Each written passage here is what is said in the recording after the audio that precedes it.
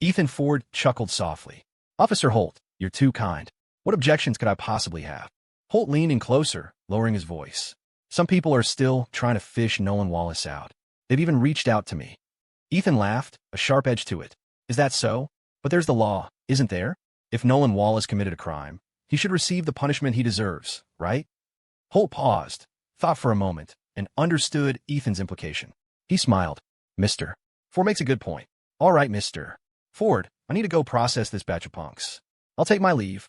Ethan waved his hand. Thank you, Officer Holt. Hard work. After Holt left, the crowd dispersed, but many cast curious glances at Ethan. Paul King ran up to Ethan, grabbing his arm. Cousin-in-law, are you? Are you really the owner of West Ford Group? Why? Do I not look like it? Ethan spread his hands and laughed. Honestly, no. Ethan, damn it. I'm the real deal, okay? Paul laughed dryly. Don't get mad, Ethan. I just think you're too easygoing. You don't have that domineering vibe like other bosses. Hey, don't go. Come over to my place for a drink tonight, or we could go to a bar. He wanted to ride this coattail immediately, but Ethan was already walking away with Grace Miller. Sarah Young pinched the soft flesh at Paul's waist and glared at him. What are you yelling for? Help me up. Paul chuckled awkwardly and quickly supported Sarah. Sarah, are you okay? I twisted my ankle. Does it look like I'm okay? Oomph. You were so useless just now. Sarah scolded, frustrated by his lack of backbone. However, she knew in her heart that while Paul loved to brag, he might not be able to solve real problems. He didn't hold a high position in the comptroller's office.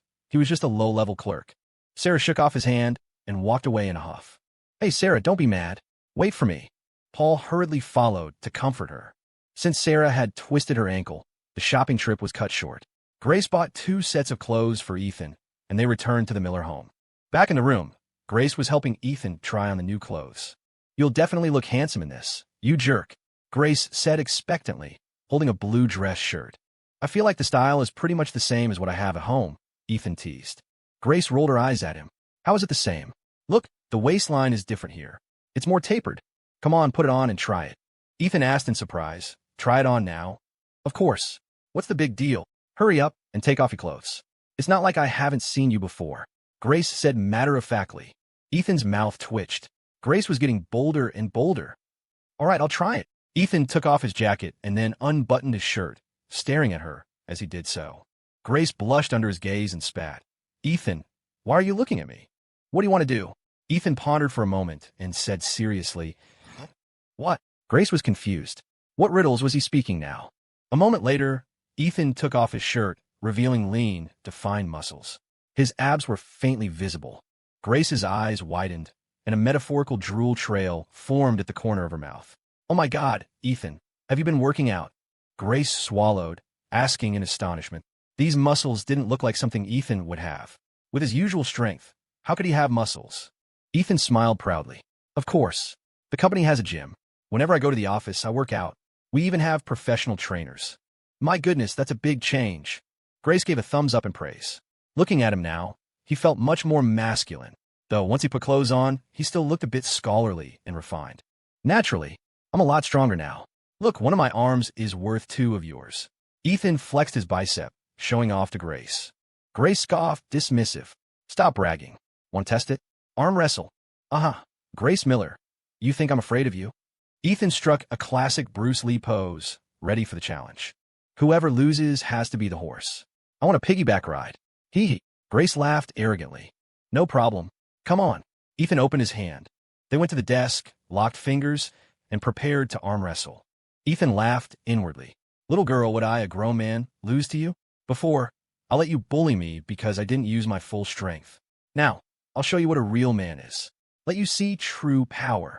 I'll count to 3 and we start.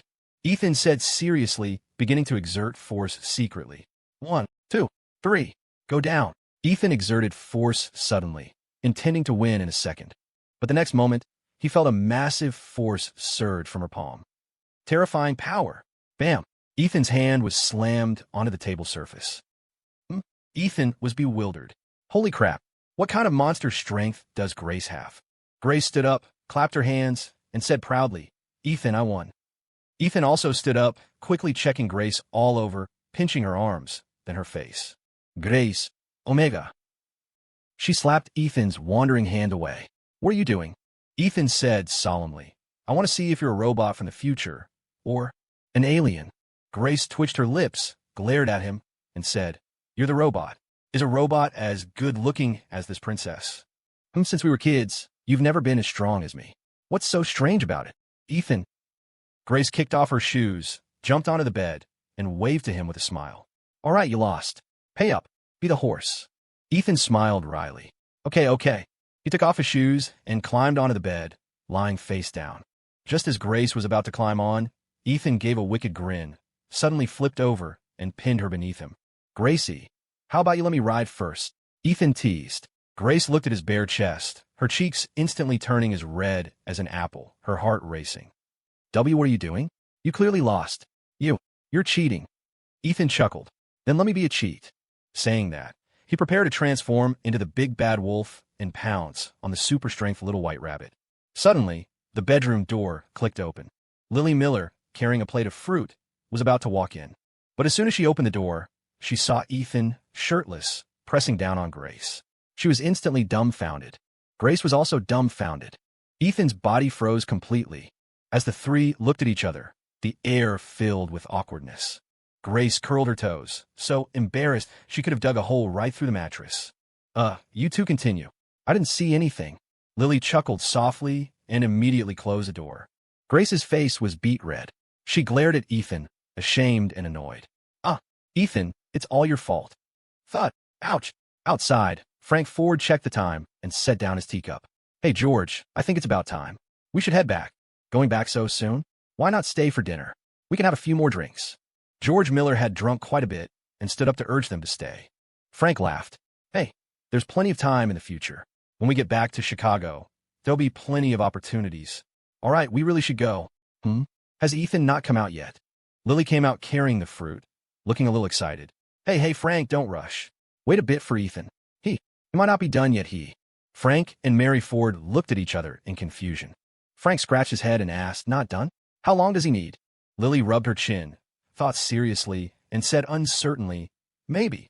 Half an hour? Or an hour? Frank Ford was stunned. Is that so? Well, all right, we'll wait a bit longer. That brat. What is he doing in the room with Grace? In the bedroom, Ethan rubbed his chest and grinned. Grace Miller, are you trying to murder your husband? Grace stifled a laugh, pretending to be angry. Who told you to cheat first? Consider this your punishment. Ethan turned around, ran to lock the door, and laughed mischievously. Hey, don't worry. I've locked the door now. Let's go again. After saying that, Ethan jumped back onto the bed, hugging Grace and rolling around with her. Ethan? Okay, keep your hands still. You're annoying.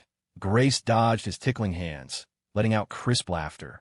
The two played on the bed for a while until they were both tired. Finally, it turned into Grace lying on his chest, playing with his nose.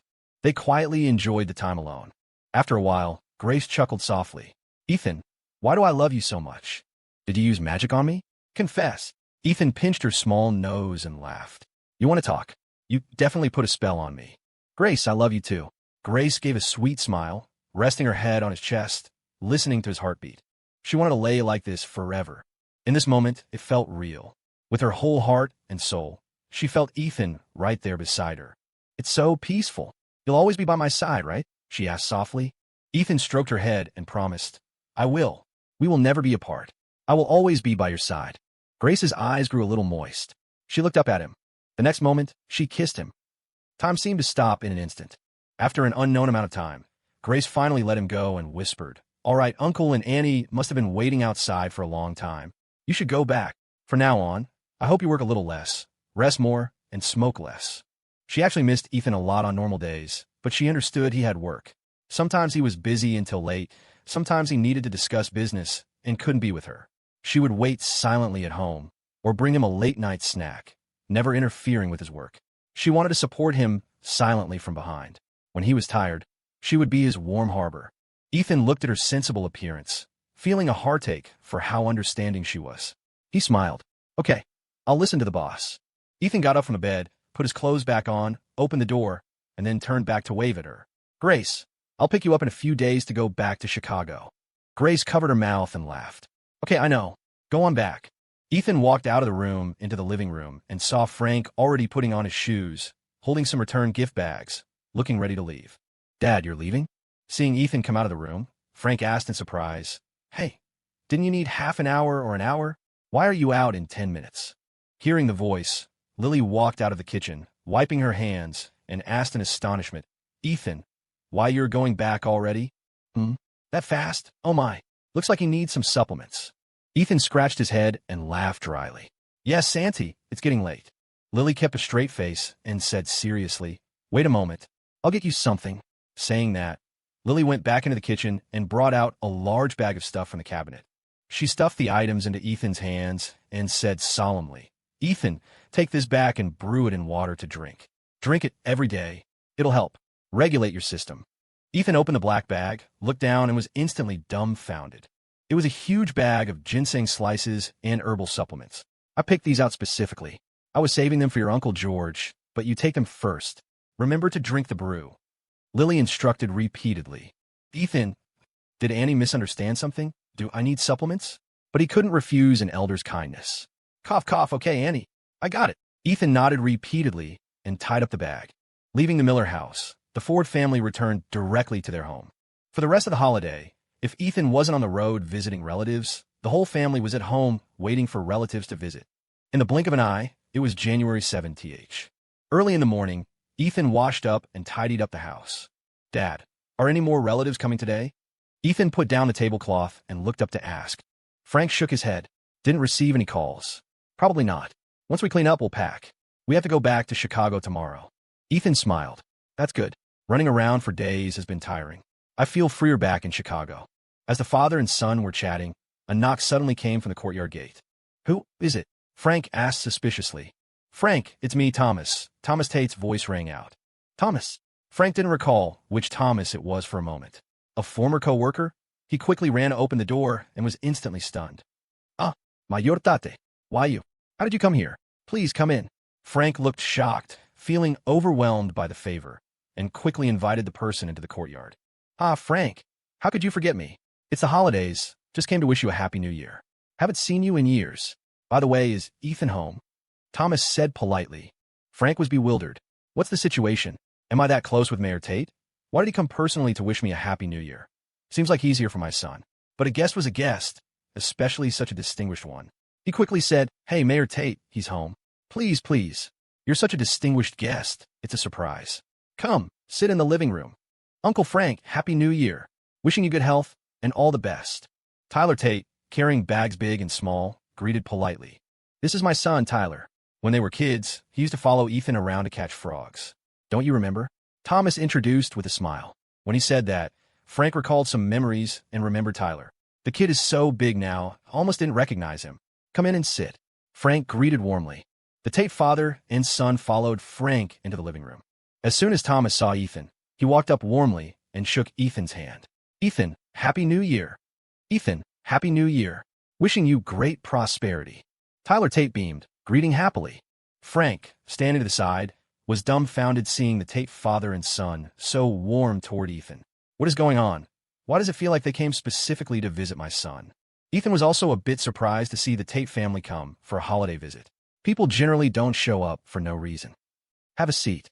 I'll pour you some tea," Ethan greeted with a smile. Guests were guests and had to be treated well. Hey, Ethan, no need for the trouble," Thomas urged repeatedly. Frank laughed. "Hey, Mayor Tate, it's the holidays.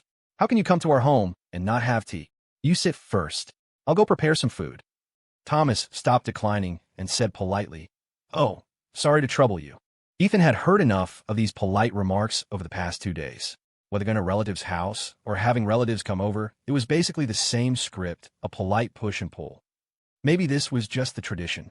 Ethan poured 2 cups of tea, handed them to the Tate father and son, and then sat down.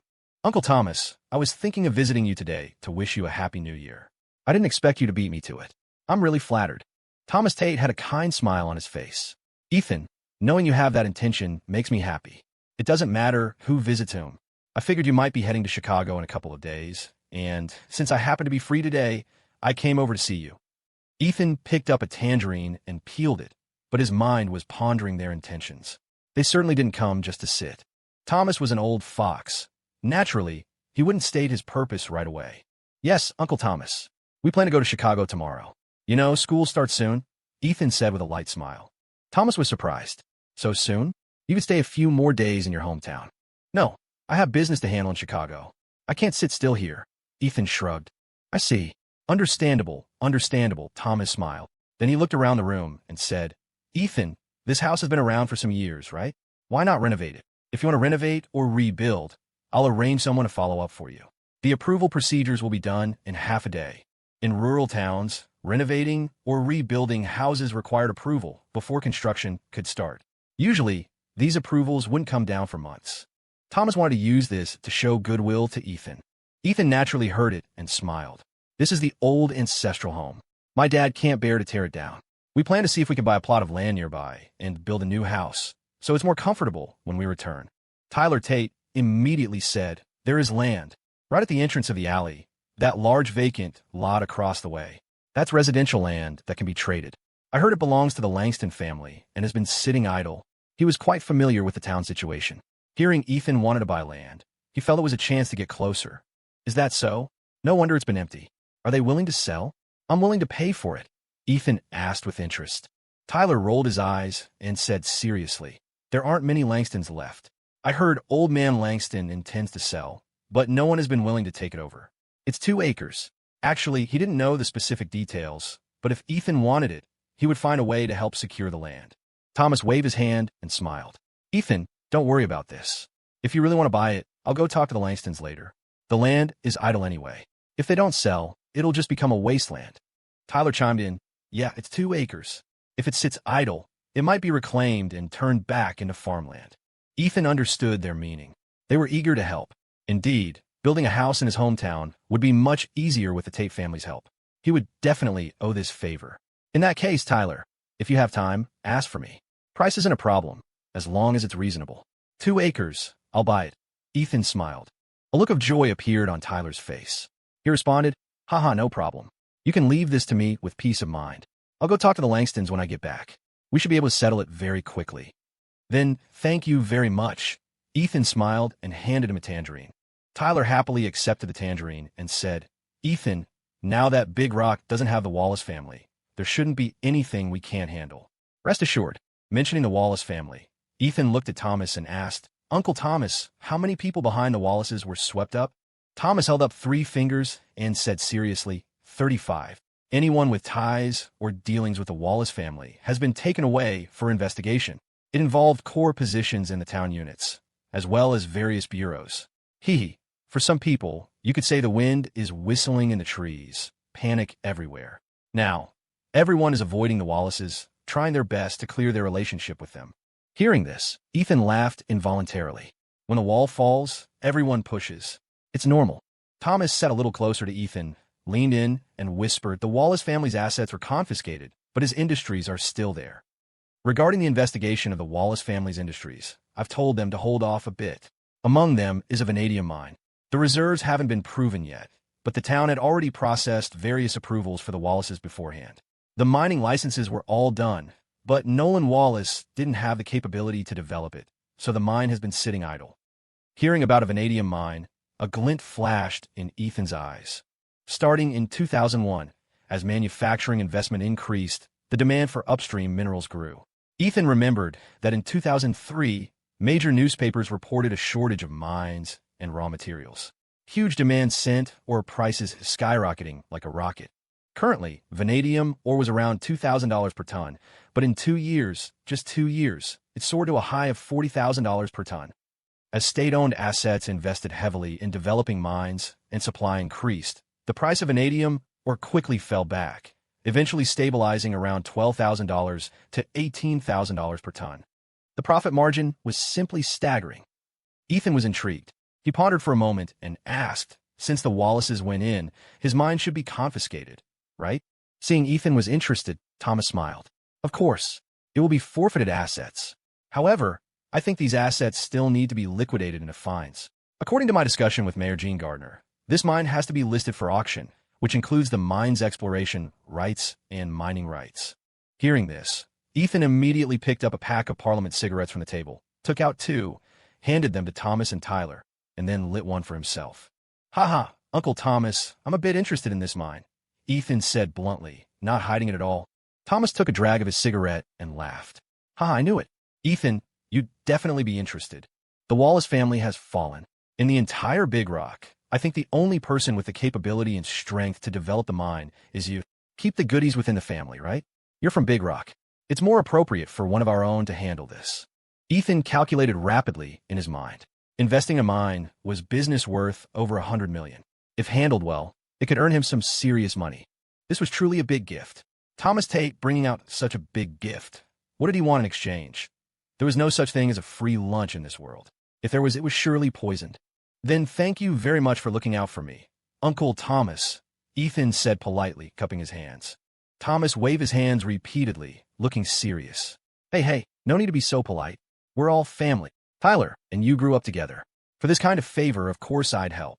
With that, he framed both sides as family. Yes, although Tyler is a few years older than me, we get along very well. Ironclad buddies. Ethan nodded in agreement. A glint flashed in Thomas's eyes. Feeling the time was right, he pretended to be distressed. Sigh, Tyler is a few years older than you, but he hasn't achieved much these years. I arranged for him to work in the comptroller's office, but you can see the end of that road at a glance. Unlike you, Ethan, doing big business, knowing the mayor of Fulton, and being so close to him, you have much more of a future. Ethan heard the implication in his words and smiled. Hey, it's all luck. Tyler should be doing well in the comptroller's office. The chances of promotion later are quite high. Thomas shook his head and smiled bitterly. That's what people say, but this kid's heart isn't in it. Ethan turned to Tyler curiously. Tyler, what's wrong? You don't like working at the comptroller's office? Tyler smoked a cigarette, shook his head, and said seriously, to be honest, I didn't feel it much before, but after doing this job for a long time, it feels more and more tasteless. Just like my dad said, this life is visible to the end at a glance. I don't really like a job where I can see the end. I want to go out and venture. Tyler paused, looked up at Ethan, and said sincerely, Ethan, I want to go out and work with you. Ethan was stunned. He didn't expect Tyler to be willing to give up the job for life, and a golden one at that, to work with him.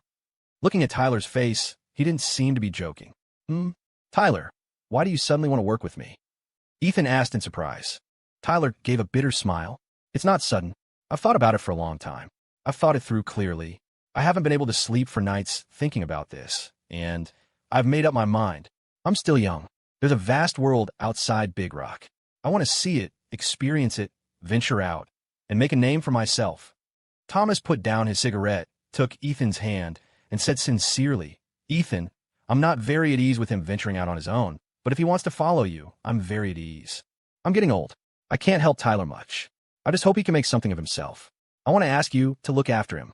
These words fully expressed the bitterness and helplessness in an old father's heart. In Big Rock, Thomas Tate had authority, but outside Big Rock, Thomas was powerless. Ethan suddenly realized. He finally knew the purpose of the Tate father and son's visit today, and what the successive gestures of goodwill meant. It turned out they wanted to find a future for Tyler. Ethan was now clear in his heart. This was also a form of interest exchange. Indeed, given Tyler's situation, if he stayed in Big Rock, he would at most reach Thomas's position. But after Thomas retired, it might not even be Tyler's turn. Being trapped in Big Rock for a lifetime was indeed a torture for a young person who wanted to see the world. Ethan, don't worry. Working with you, I will definitely give 120%. I absolutely won't drag you down, Tyler said solemnly. Ethan laughed involuntarily. Tyler, I'm not questioning your ability. You have talent and capability, I know that. But let me remind you, venturing out isn't as comfortable as the comptroller's office. Hearing Ethan's words, a look of joy appeared on Tyler's face. What kind of man fears hardship and fatigue? I'm not afraid. Ethan nodded and smiled. All right then. After the new year, once you've processed your resignation, come work at my company. Since the Tate father and son were so sincere, and he owed favors for the new house and the mine, he would naturally agree to this matter. Debts of gratitude must be repaid. There is no such thing as owing favors and not repaying them. People who don't repay favors can't win hearts. Tyler was a bit excited and said gratefully, Okay, Ethan, thank you. Thomas was also happy, but he slapped the back of Tyler's head and teased, No manners. Call him Mr. Ford from now on. Tyler gave a dry laugh, scratched his head, and said sincerely, Hey, Dad, I know. Mr. Ford, boss. Ethan waved his hand and laughed. What boss? We're not at the company. Cut it out. Tyler understood the implication. This wasn't a formal occasion, so no need to call him that. The other meaning was informal occasions, be formal. Personal relationships were personal relationships. Work was work. He understood this clearly. Otherwise, wouldn't his years in a unit have been in vain? Hey, yes. Whatever the boss says goes, huh. Tyler laughed happily. With the matter settled, Thomas finally felt a stone drop from his heart. A few days ago, when Tyler expressed interest in working with Ethan, he was actually supportive. The enterprise Ethan built in Chicago was significant, and he was so close to Mayor K. There would definitely be many projects in the future. Tyler working with Ethan would broaden his horizons and give him access to more opportunities and higher-level contacts. He certainly wouldn't lack chances to make money. The Tate family's prosperity. He couldn't count on his daughter, so it all depended on his son. Thinking of this, Thomas handed Ethan a cigarette and sighed with emotion. 2 years ago, someone read Tyler's fortune. They said at 24, he would definitely have a benefactor help him. Sure enough, they weren't wrong. Ethan, you are that benefactor. Ethan took the cigarette and said politely, Hey, Uncle Thomas, you're joking. How am I benefactor? Whether one succeeds or not depends mostly on the individual. You are your own benefactor. As the saying goes, rely on the mountain and the mountain falls, rely on people and people run. Only you yourself are the most reliable. My help is limited. The platform and opportunity are only so big. Whether he can achieve results depends on Tyler. Thomas laughed. Haha, Ethan makes sense. Tyler, when you go out, learn humbly from Ethan. Be an honest person, work diligently, and don't disappoint Ethan. Tyler responded with a serious face, Dad, don't worry. I will. Only then did Thomas nod with satisfaction, then smiled at Ethan. Ethan, don't worry about building the house. I'll handle it for you. Regarding the vanadium mine, if there's any policy news, I'll notify you immediately.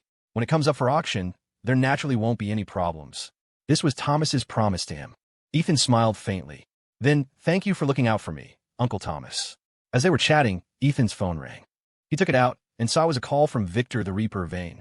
He immediately got up and walked out of the room to answer the call. Hey, Victor, Happy New Year. Haha, Ethan, when are you coming up to Chicago? Victor's hearty laughter came from the other end of the phone. Ethan was surprised. What made Victor so happy? I plan to go to Chicago tomorrow. Victor, hearing your voice, it sounds like something good happened. Victor laughed and said mysteriously, Of course I have good news for you. Fantastic news. Victor, what's the good news? Ethan asked curiously. Henry finally wised up. It's my birthday next week, and he plans to confess his feelings to my sister. Victor said happily. That's great news. How's he doing it? Any plans? Ethan's eyes lit up as he laughed. I'm calling you to discuss it, aren't I? Your brain is more active than mine. You surely have plenty of clever ideas. Victor said. Ethan chuckled. Sure, but I have some things to do right now. I'll be in Chicago tomorrow. Let's plan it together then. We can't talk clearly over the phone. That's true. Then I'll wait for your return. Come straight to my house. Victor instructed. No problem. Ethan laughed. After chatting for a while, they hung up. After hanging up, Ethan immediately called Henry Payne. Hey, Henry, you preparing to confess to Valerie? Ethan asked directly. Henry was stunned and asked in surprise. Ethan, I was just about to call you. How did you know? Victor told me. You got any ideas? Ethan laughed.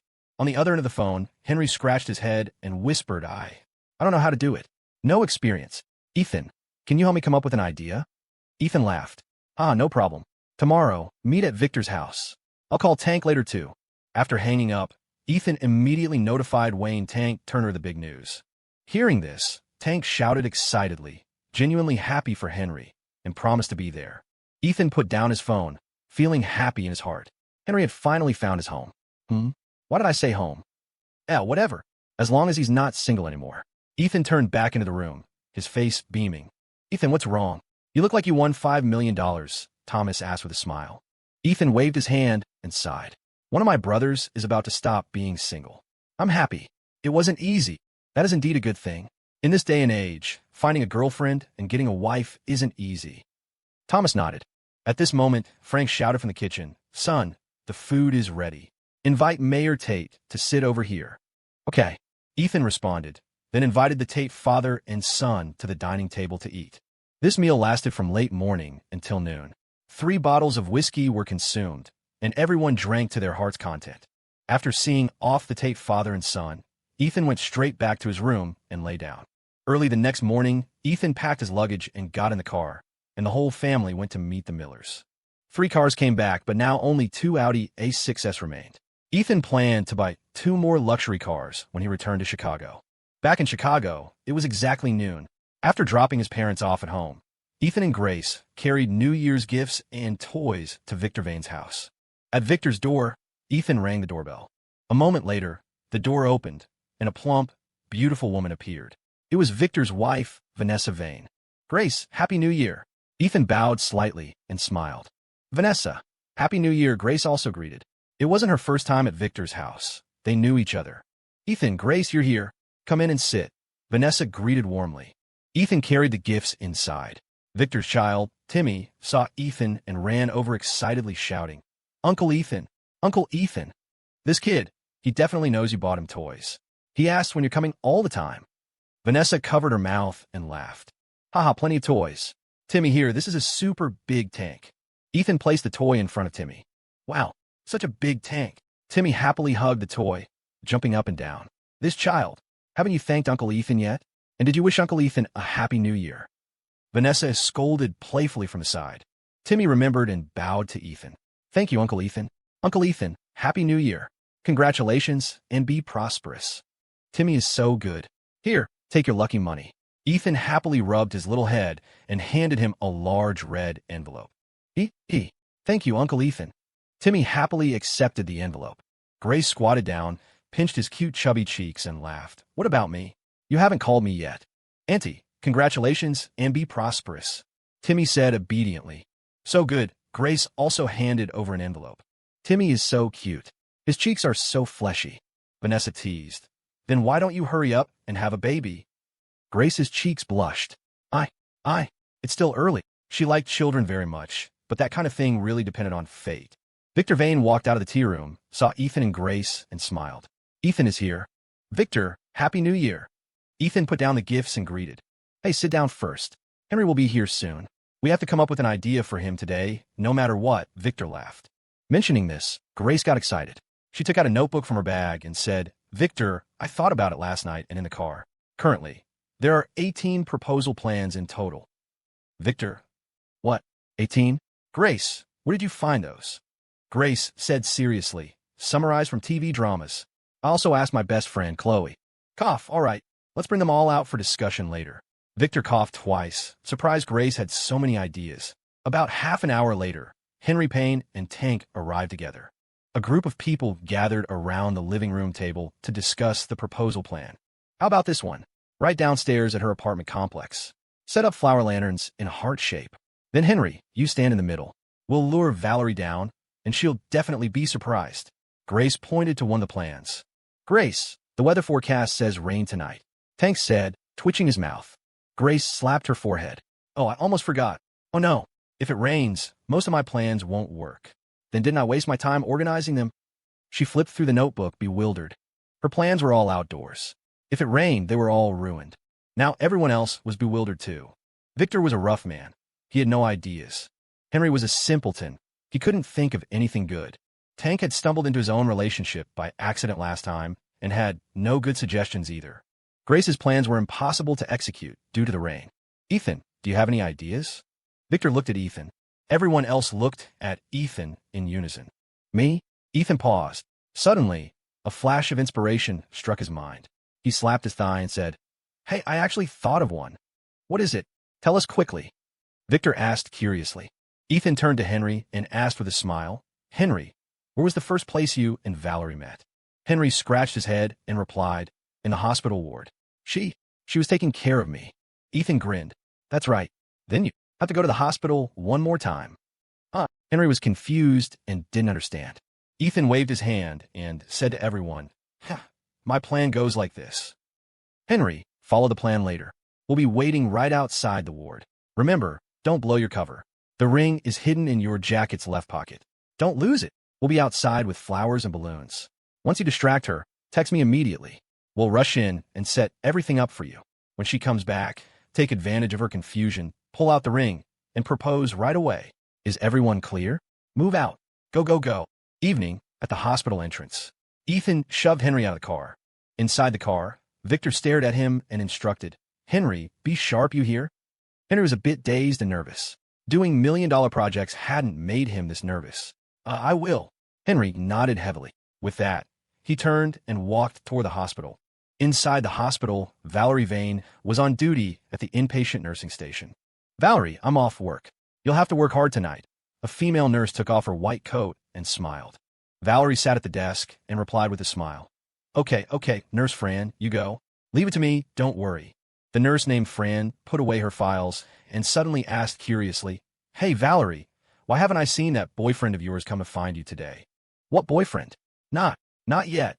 Valerie blushed and stammered. Seeing her like this, Nurse Fran teased. Not yet? I see the word boyfriend written all over your face. Hey, if he's not your boyfriend, why do you go eat with him so often? Why does he visit you so much? TSK, I feel like you two are closer than a boyfriend and girlfriend. Valerie's face turned red. She pouted.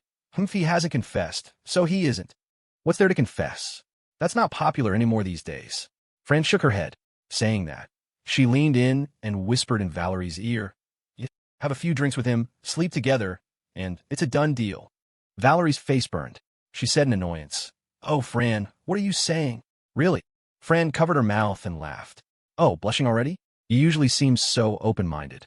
Still saying he's not your sweetheart. If you ask me, stop waiting for the man to speak up. Find a chance and ask him yourself. Won't that do? All right, Fran. Hurry up and go home to your kids. So chatty. Valerie stood up and pushed her out. After a while, Valerie took out her phone, wanting to call Henry, but after hesitating, she didn't dial.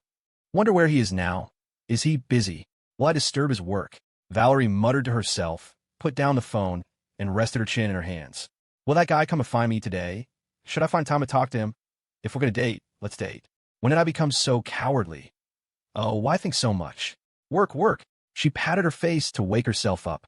Suddenly, a nurse shouted from the door. Valerie, there's a patient being admitted. Come here for a second. Okay, coming. Valerie responded from the office and gathered her things.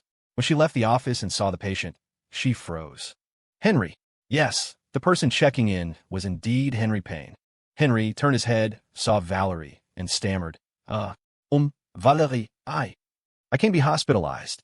Valerie quickly walked over and asked with concern, Are you not feeling well? Are you hurt? Henry clutched his heart.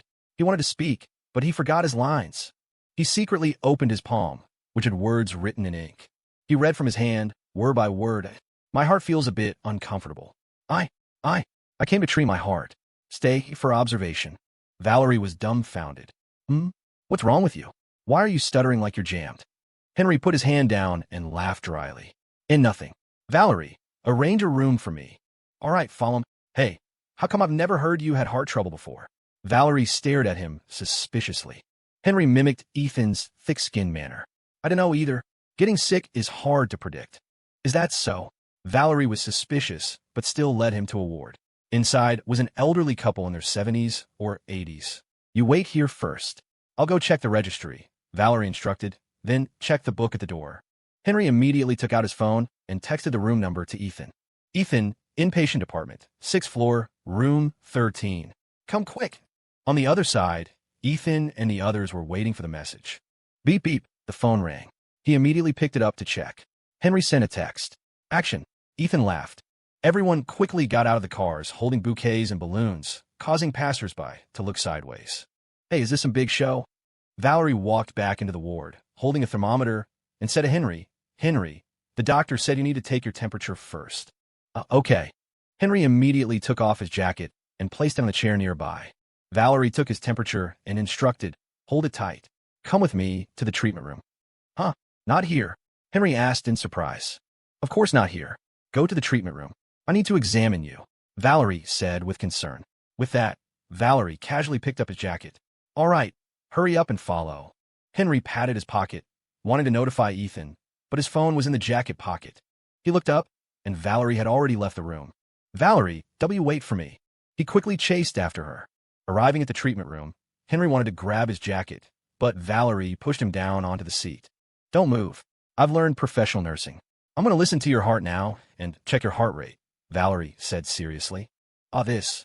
Henry reached out to grab the jacket, but under Valerie's stern gaze, he pulled back and sat properly. Valerie put on the stethoscope, sat in front of him, reached into his clothes, and listened to his heartbeat. Henry looked at Valerie's face close at hand, her snowy skin, and the scent emanating from her body. His heart couldn't help but beat faster. It was normal just now. Why did your heartbeat suddenly speed up? Valerie made a sound of surprise. Cough, cough, and maybe there really is a problem, Henry said awkwardly, trying to stay calm. But Valerie suddenly stood up and leaned in closer again. The two were almost touching. Valerie was a bit puzzled. She took off the stethoscope and gently pressed her hand on Henry's chest to feel his heartbeat. My God, Henry, your heart is beating so fast. Do you really have heart disease? Valerie said seriously. Henry scratched his head. Maybe, probably, possibly. Valerie comforted. It's okay. Maybe just temporary arrhythmia. Listen to the doctor. Saying that, she got up to go to the treatment table to organize other things, preparing to do other admission checks for him. Henry, you should be fine, Valerie suddenly said out of the blue. Probably, but Valerie, can I go get my jack? Henry started to speak, but was interrupted by Valerie. Wait a moment. Valerie came over holding a blood pressure monitor, looking at him seriously. Henry. What is it, Valerie? Henry looked at her too. How about we date? How about we date? Did that? Henry's head buzzed instantly, and he didn't react for a moment. Valerie sat in front of him and said seriously, yes, just going out. Why? You don't want to go out with me, do you? Not like me. Valerie's tone was very calm, as if she were discussing a small matter with him, like what to eat for dinner tonight. Eat dough. Henry came back to his senses and nodded heavily. But as soon as the words left his mouth, something fell off. Why am I being confessed to? This wasn't a plan. Henry was a bit dazed, but he still repeated excitedly, I do. Valerie, be my girlfriend. Valerie patted his shoulder and laughed heartily. Ha, great. Then starting now, you're my boyfriend. Henry's mouth twitched. Why did it feel like sealing a business deal? By the way, Valerie, why did you suddenly? Henry scratched his head. Valerie gave a sweet smile. You said your heart was bad. I was afraid if I didn't say it, I might not have the chance later. Actually, I really like you. I don't want to have regrets. If I say it, at least there are no regrets. Henry. Cough, cough, Valerie, actually. My heart is fine. This was my excuse. Henry told the truth. Valerie looked at him in astonishment. Then what did you come here for today? He immediately stood up to get his jacket, pulled the ring box out of the pocket, walked in front of her, and knelt on one knee. Valerie, actually, today I intended to confess to you. This ring, I give it to you. Henry stammered. He was efficient in his actions, but clumsy with his words, especially in front of Valerie. He always got inexplicably nervous. Valerie took the ring box, opened it, and inside was a diamond ring, sparkling and moving. Then put on for me. She extended her right hand, smiling coquettishly. Hey, okay. Henry revealed a happy smile and put the ring on her personally. In this moment, he felt his whole body relax. In this life, he had one more person to protect. He had one more family member, a lover. Hannah, Ethan, Tank, Valerie, and his brother-in-law, Victor. He had no home growing up. Perhaps in the near future, he would have a home and relatives. What a wonderful thing this was. Thinking of this, tears suddenly welled up in Henry's eyes. He hadn't frowned or shed a tear when he was stabbed a dozen times. But at this moment, he felt very happy, very blissful, because the most sensitive chord deep in his heart had been touched. Why are you crying? We're just dating. Why get so excited? Valerie helped him up and wiped the tears from the corners of his eyes. Henry laughed. Because I'm very happy. You silly fool. Valerie smiled sweetly, then wrapped her arms around his neck, stood on tiptoe, and kissed him. MMPH. Henry's body stiffened instantly, his hands froze in the air, and his mind exploded. Hold me, Valerie whispered while kissing him. Only then did Henry place his hands on her slender waist, holding her tightly. Valerie, I love you. On the other side, Ethan, Victor, and the others rushed to the inpatient department, 6th floor, room 13. They held huge bouquets of fresh flowers, causing patients along the way to stare dumbfounded. Number 13, the ward is right here. Ethan rejoiced. Move fast once we're in. Set it up immediately. Grace said excitedly. Roger. Victor turned to the brothers behind him. Hear that? Move faster. Bam. Ethan pushed the door open and immediately placed the bouquet on the table. Henry, are you ready? Ethan shouted. But when he looked up and scanned the room, he didn't see Henry. Only an elderly couple in their 70s or 80s stared at them in shock. Ethan. Holy crap. Where's Henry? Where's he? What did that guy run off to? Who are you? The old woman asked in amazement, looking at him. Then, The old woman turned to the old man and smiled. Old man, did you buy me all these flowers? The old man looked bewildered. I don't know. Instantly, an extremely awkward atmosphere filled the ward. Ethan was so embarrassed he could have dug a grave with his toes. Crap. So embarrassing. Cough, cough. Wishing you two a happy century together. These flowers are for you. Free. Ethan laughed awkwardly, left his flowers, and pushed everyone else out the door. At the door of the ward, Victor slapped his thigh and sighed. What happened? Where did that kid go? Tank scratched his head and asked, Does this count as our plan failing? At this moment, two nurses passed by, looking at Ethan and the group of weirdos with strange eyes. Nurse beauties, wait a second. Ethan quickly stopped them. What is it? Something wrong? Are you a patient's family? One short-haired nurse asked. The chubby nurse next to her shook her head. Visiting a patient? You don't need to be this exaggerated, do you? Too many flowers. Does your family own a flower shop? Ethan didn't know whether to laugh or cry. Now is not the time to explain. He quickly asked, Sorry, I wanted to ask, where is Nurse Valerie?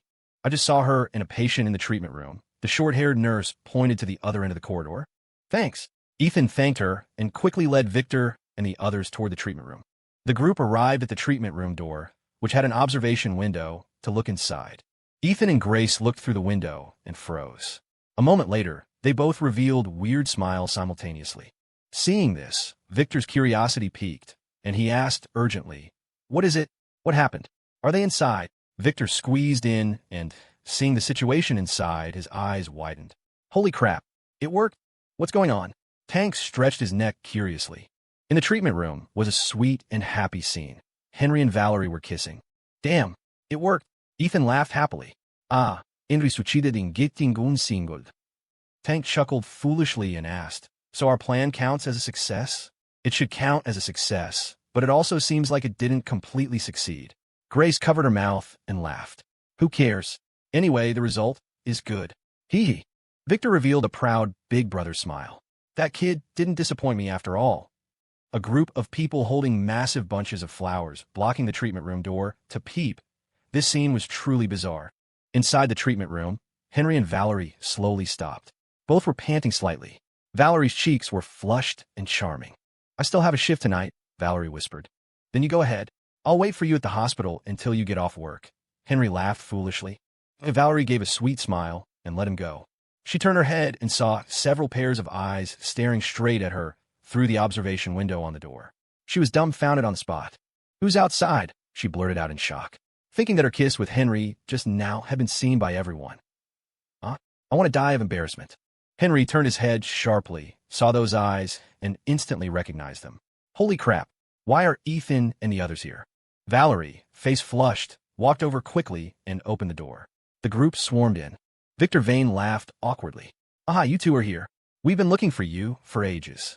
Valerie crossed her arms, staring at him, and questioned, How long have you been at the door? Just arrived. Really? Victor nodded heavily. Then he added, We didn't see anything, really. Ethan's mouth twitched. Victor, isn't that just giving yourself away? Ethan held up 4 fingers and said seriously, I swear, we really didn't see anything. Valerie glared at everyone in annoyance. I'm a bunch of big liars. I can't be bothered with you. I'm going to work. Make way. Valerie pushed through the crowd and left directly, but after stepping out the door, her pace suddenly quickened, and she ran away, covering her face. That girl, so she doesn't know how to be shy. Victor teased. Victor, why are you guys here? Henry walked over. We acted according to the plan, you dummy. Victor laughed. Henry's head was still a bit foggy. Now he remembered he had sent the room number. Ethan patted his shoulder and sighed with emotion. All right, Henry, congratulations. Officially off the market. Let's go, have a few drinks to celebrate. By the way, tell us the details. Hearing about drinking, Victor got interested and said boldly, Right, go have a few drinks. Let's go. Henry smiled. Ethan, Victor, you guys go. I promised Valerie I'd wait for her at the hospital to get off work. Good kid. Turned into a saint of love in a blink. Fine, you wait then. We're going to drink. Victor laughed loudly. He knew Henry well. The guy was single-minded. But this also meant Henry was reliable. He felt very at ease in trusting Valerie to him. Since the matter is settled, disperse. We're going drinking. Victor waved his big hand, and the crowd left boisterously. Grace didn't like drinking and didn't bother mixing with a bunch of men. so she arranged to go shopping with Chloe Jones. Ethan and Victor went to a bar together. Victor had many venues. The metro and downtown districts were basically his territory. Other places were more remote, and he couldn't be bothered to expand. Those territories were small with little profit. It could be said that the places with the most profit in Chicago's nightlife were all Victor's turf. In a private room at the Night Rose Bar, smoke filled the air. Dozens of people were shouting and playing drinking games, very lively. However, Ethan, Victor, Tank, and Camel sat in a quieter corner. Victor downed a glass of beer and sighed with emotion. Ethan, I'm really happy today. So happy. I only have this one sister.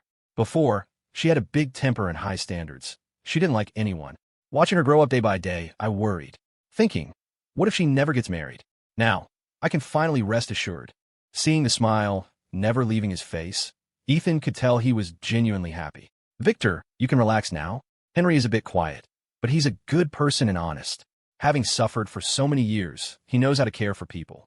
They will definitely get along well. Ethan comforted. Victor hummed. I know that naturally. Otherwise, would I let them be together? Ethan, I'm very accurate at judging people. Ethan complimented. Yes, yes. Victor has seen more people than I've eaten meals.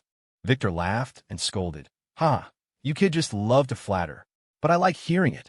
Camel grinned and asked, Victor, when can the brothers drink at the wedding feast? Victor waved his hand and decided soon. Let them date for a while. Get engaged this year and married next year. Let you drink twice. No, 3 times. Had a baby next year. Handle it all together. Saying that, Victor asked Ethan, Ethan, you're a cultured man. How does that saying go? A big brother is like a father, right? Ethan nodded. Essentially, right. A big brother is like a father. I'm her big brother, so I'm basically her dad. What I say goes, Victor declared on the spot. Camel laughed happily. Ah, that's great. I'll wait for the wedding wine. Come, happy today. Everyone cheers. Everyone raised their glasses. They drank from evening until midnight. Victor rarely drank this much or was this happy. By midnight, he was pretty wasted. Ethan also felt his head spinning. He couldn't drink anymore. If he continued, he would definitely vomit. Dozens of people in the private room had already passed out drunk. Ethan waved his hands repeatedly. Victor, no more, no more. If I drink more, I'll be on the floor too. Victor put his arm around his shoulder. Fine, let's go upstairs for some tea. There are some things I want to talk to you about. Sure, let's go. Victor and Ethan supported each other, left the private room, and took the elevator straight to the 8th floor, the top floor of the bar. There was an office belonging to Victor here. The main hall of the office had a set of sofas, and behind the sofas was a huge floor-to-ceiling window offering a view of the neon lights of Chicago outside. As soon as they entered the office, forget making tea, they didn't even want to walk. They collapsed directly onto the sofa to rest. Victor sat up, took a pack of cigarettes, and handed one to Ethan. Have one. Ease up. Ethan took the cigarette, lit it, and took a drag. His head cleared a bit, but he still felt groggy. Seeing him like this, Victor laughed and scolded. You kid need to practice your alcohol tolerance more. Yes, need to practice. Ethan squinted, replying listlessly. Victor patted his own head to sober himself up. He looked back at the Chicago night view outside the window and sighed, Look how prosperous Chicago is. Ethan also sat up and leaned on the sofa to look. Yes, the biggest city in the region. Prosperous since ancient times. Victor gave a light laugh. The night view is beautiful, but I'm tired of looking at it. I don't plan to look anymore. Ethan turned to look at him in surprise, wondering why he suddenly said that. Victor blew a smoke ring and said calmly, For so many years, to be honest, I've always felt I owed Valerie. Since childhood, as a brother, I couldn't help her much. I even brought her a lot of trouble. I always hoped she could find a good man to marry, someone to protect her and care for her. Today, I finally saw some hope. Hearing the sincerity in his words, Ethan smiled. Victor, you're a good brother. Victor shook his head, smiling bitterly. Can't say that. I remember an old saying, once you enter the life and death are the boundaries. For people like us, earning money with our lives, not dying is lucky enough. But implicating family is a sin. How can I be called a good brother? Ethan flicked the ash from his cigarette and didn't reply. Victor was right. Once in this life and death were the boundaries. Anyone on this path would probably live in fear, including their family. Victor, then what are your plans for the future? How about? Ethan wanted to say something, but stopped halfway. Victor naturally knew what he wanted to say and chuckled. I want to get out of the game. Go legit. After Valerie and Henry get engaged. Then take my wife and kid to travel the world. See the world. Ethan was stunned. Go legit. Victor's face showed a trace of fatigue as he smiled. Yes, I never had this thought before, but seeing Valerie today gave me this idea. Consider it for myself and for Valerie. For my wife and child, it's time to step down. With that, he stood up, walked to the huge floor-to-ceiling window, and looked at the bustling urban night scene outside, with a reluctant look on his face. Chicago's night is truly beautiful. Late at night, inside the Whitestone Hotel, the lights were dim. A dozen men were surrounding a middle-aged man in a floral shirt. The guy in the floral shirt knelt on the ground, wiping the cold sweat from his forehead, looking nervous. Barry Baz, Mitchell sat in front of him, legs crossed, smoking a cigarette. Ethan Ford and Victor Vane are at the bar right now. The guy in the floral shirt nodded hurriedly. Yes, yes. Baz flicked away the cigarette in his hand, stood up abruptly, walked up to him, patted his face, and laughed. Very good. You did well. The guy in the floral shirt wiped the sweat from his face and laughed dryly. Baz, it was my duty, my duty. Baz gave a savage grin. When we get rid of Ethan Ford and Victor Vane, you'll take the top credit. After speaking, Baz stood up and waved his hand. Brothers, let's go. Time to work. Yes, Baz. A dozen people in the room shouted in unison. Just as Baz was about to lead the men out, Ray Young suddenly wheeled himself out in his wheelchair, blocking their way. Boss. Baz bowed. Ray Young scanned these people and asked, Where do you want to go? Baz smiled. Boss, we're going to the Night Rose Bar to take care of Ethan Ford and Victor Vane. Both of them are there. Ray Young snorted coldly and scolded, Fool! Victor Vane brings people with him everywhere now, let alone at his own turf. You reckless idiot. Baz's smile froze. He lowered his head, not daring to speak, waiting for the reprimand. Ray Young said, frustrated, Baz, I value you. It's good that you dare to fight, but you have to use your brain more. In our world, relying solely on fighting won't achieve great things. Baz pursed his lips, a look of unwillingness on his face, but he didn't dare say much in front of Ray Young. Yes, boss. Ray Young tapped the armrest and said in a low voice, Now is not the chance. We have to wait for the most suitable opportunity. Remember, we are a wolf hiding in the dark. We either don't bite, or when we bite to kill. The next day, noon, sunlight shone into the room through the white curtains. Ethan was sound asleep in bed.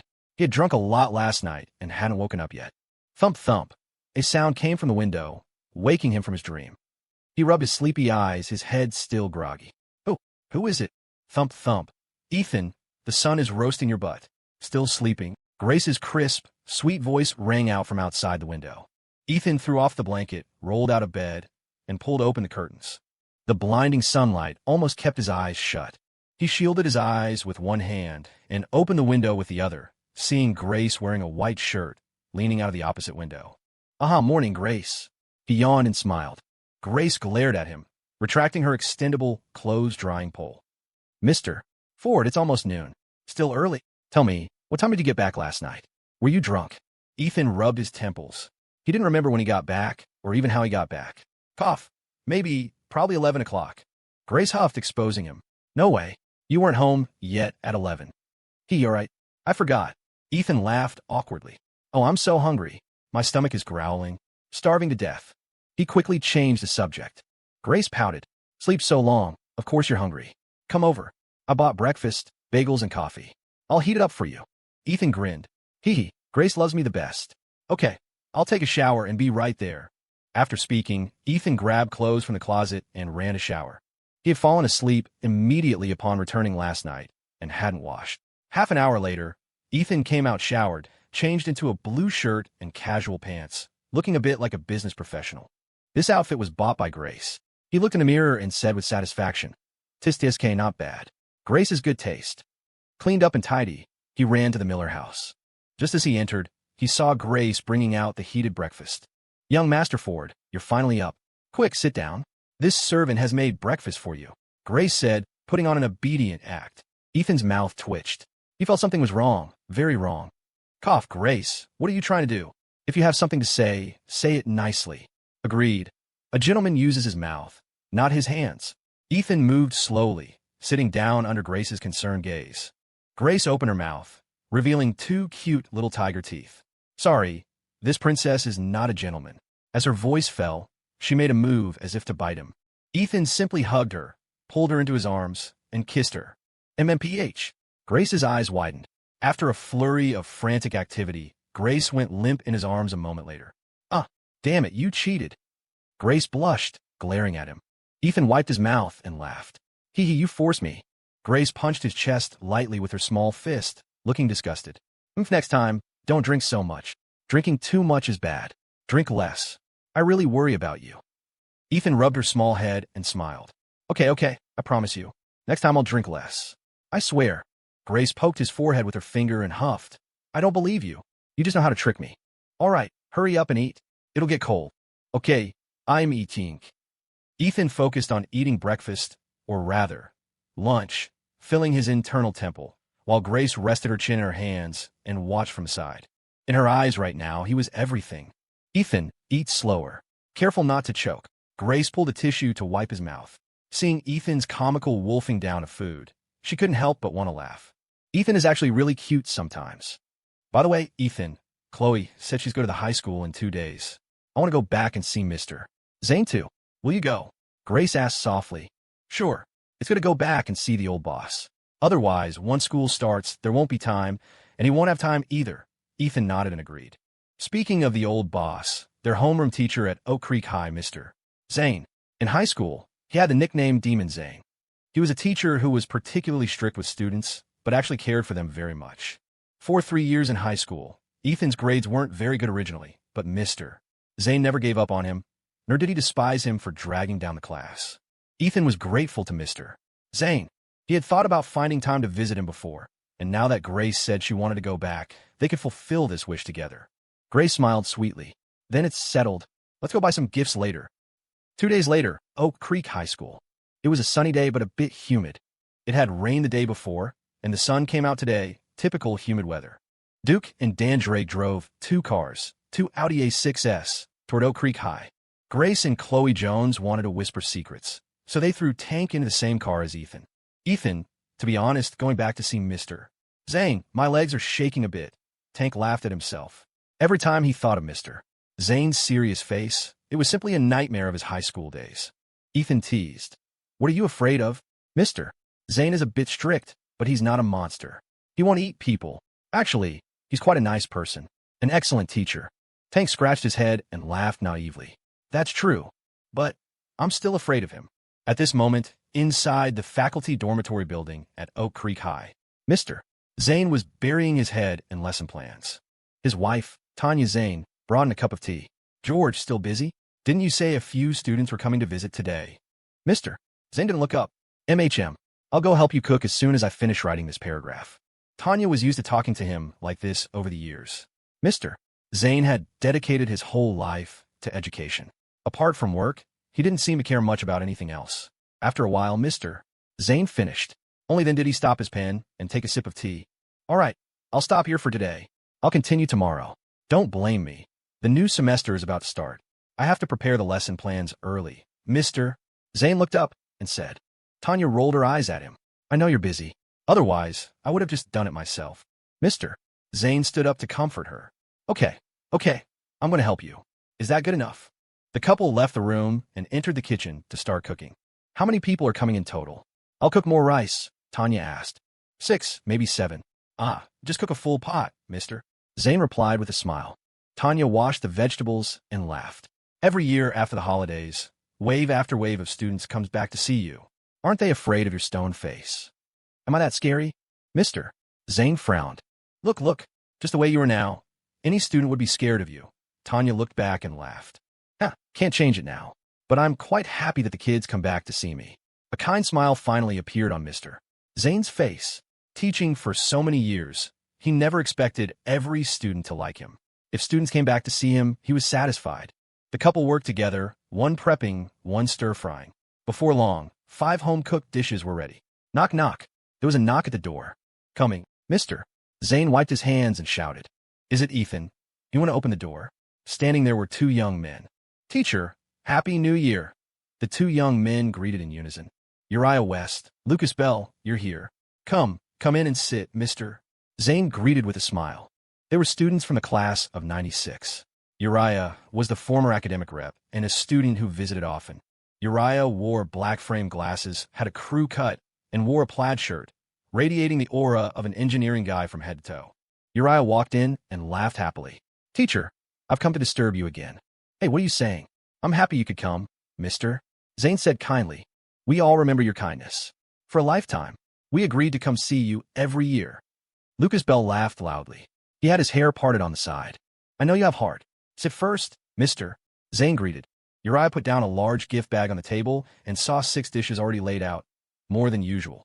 Hey, really trouble you to cook so many dishes, teacher. Mister. Zane poured tea and laughed. Ah, it's not just you two today. A few more students are coming later. Is that so? Juniors? Uriah asked casually. Yes, class of 2000. Come, don't stand. Sit, mister. Zane smiled. The 3 sat down. Mister. Zane looked at Uriah, seeing his face was a bit haggard, and asked, Uriah, how is your work now? You don't look very well. Uriah smiled bitterly. Same old.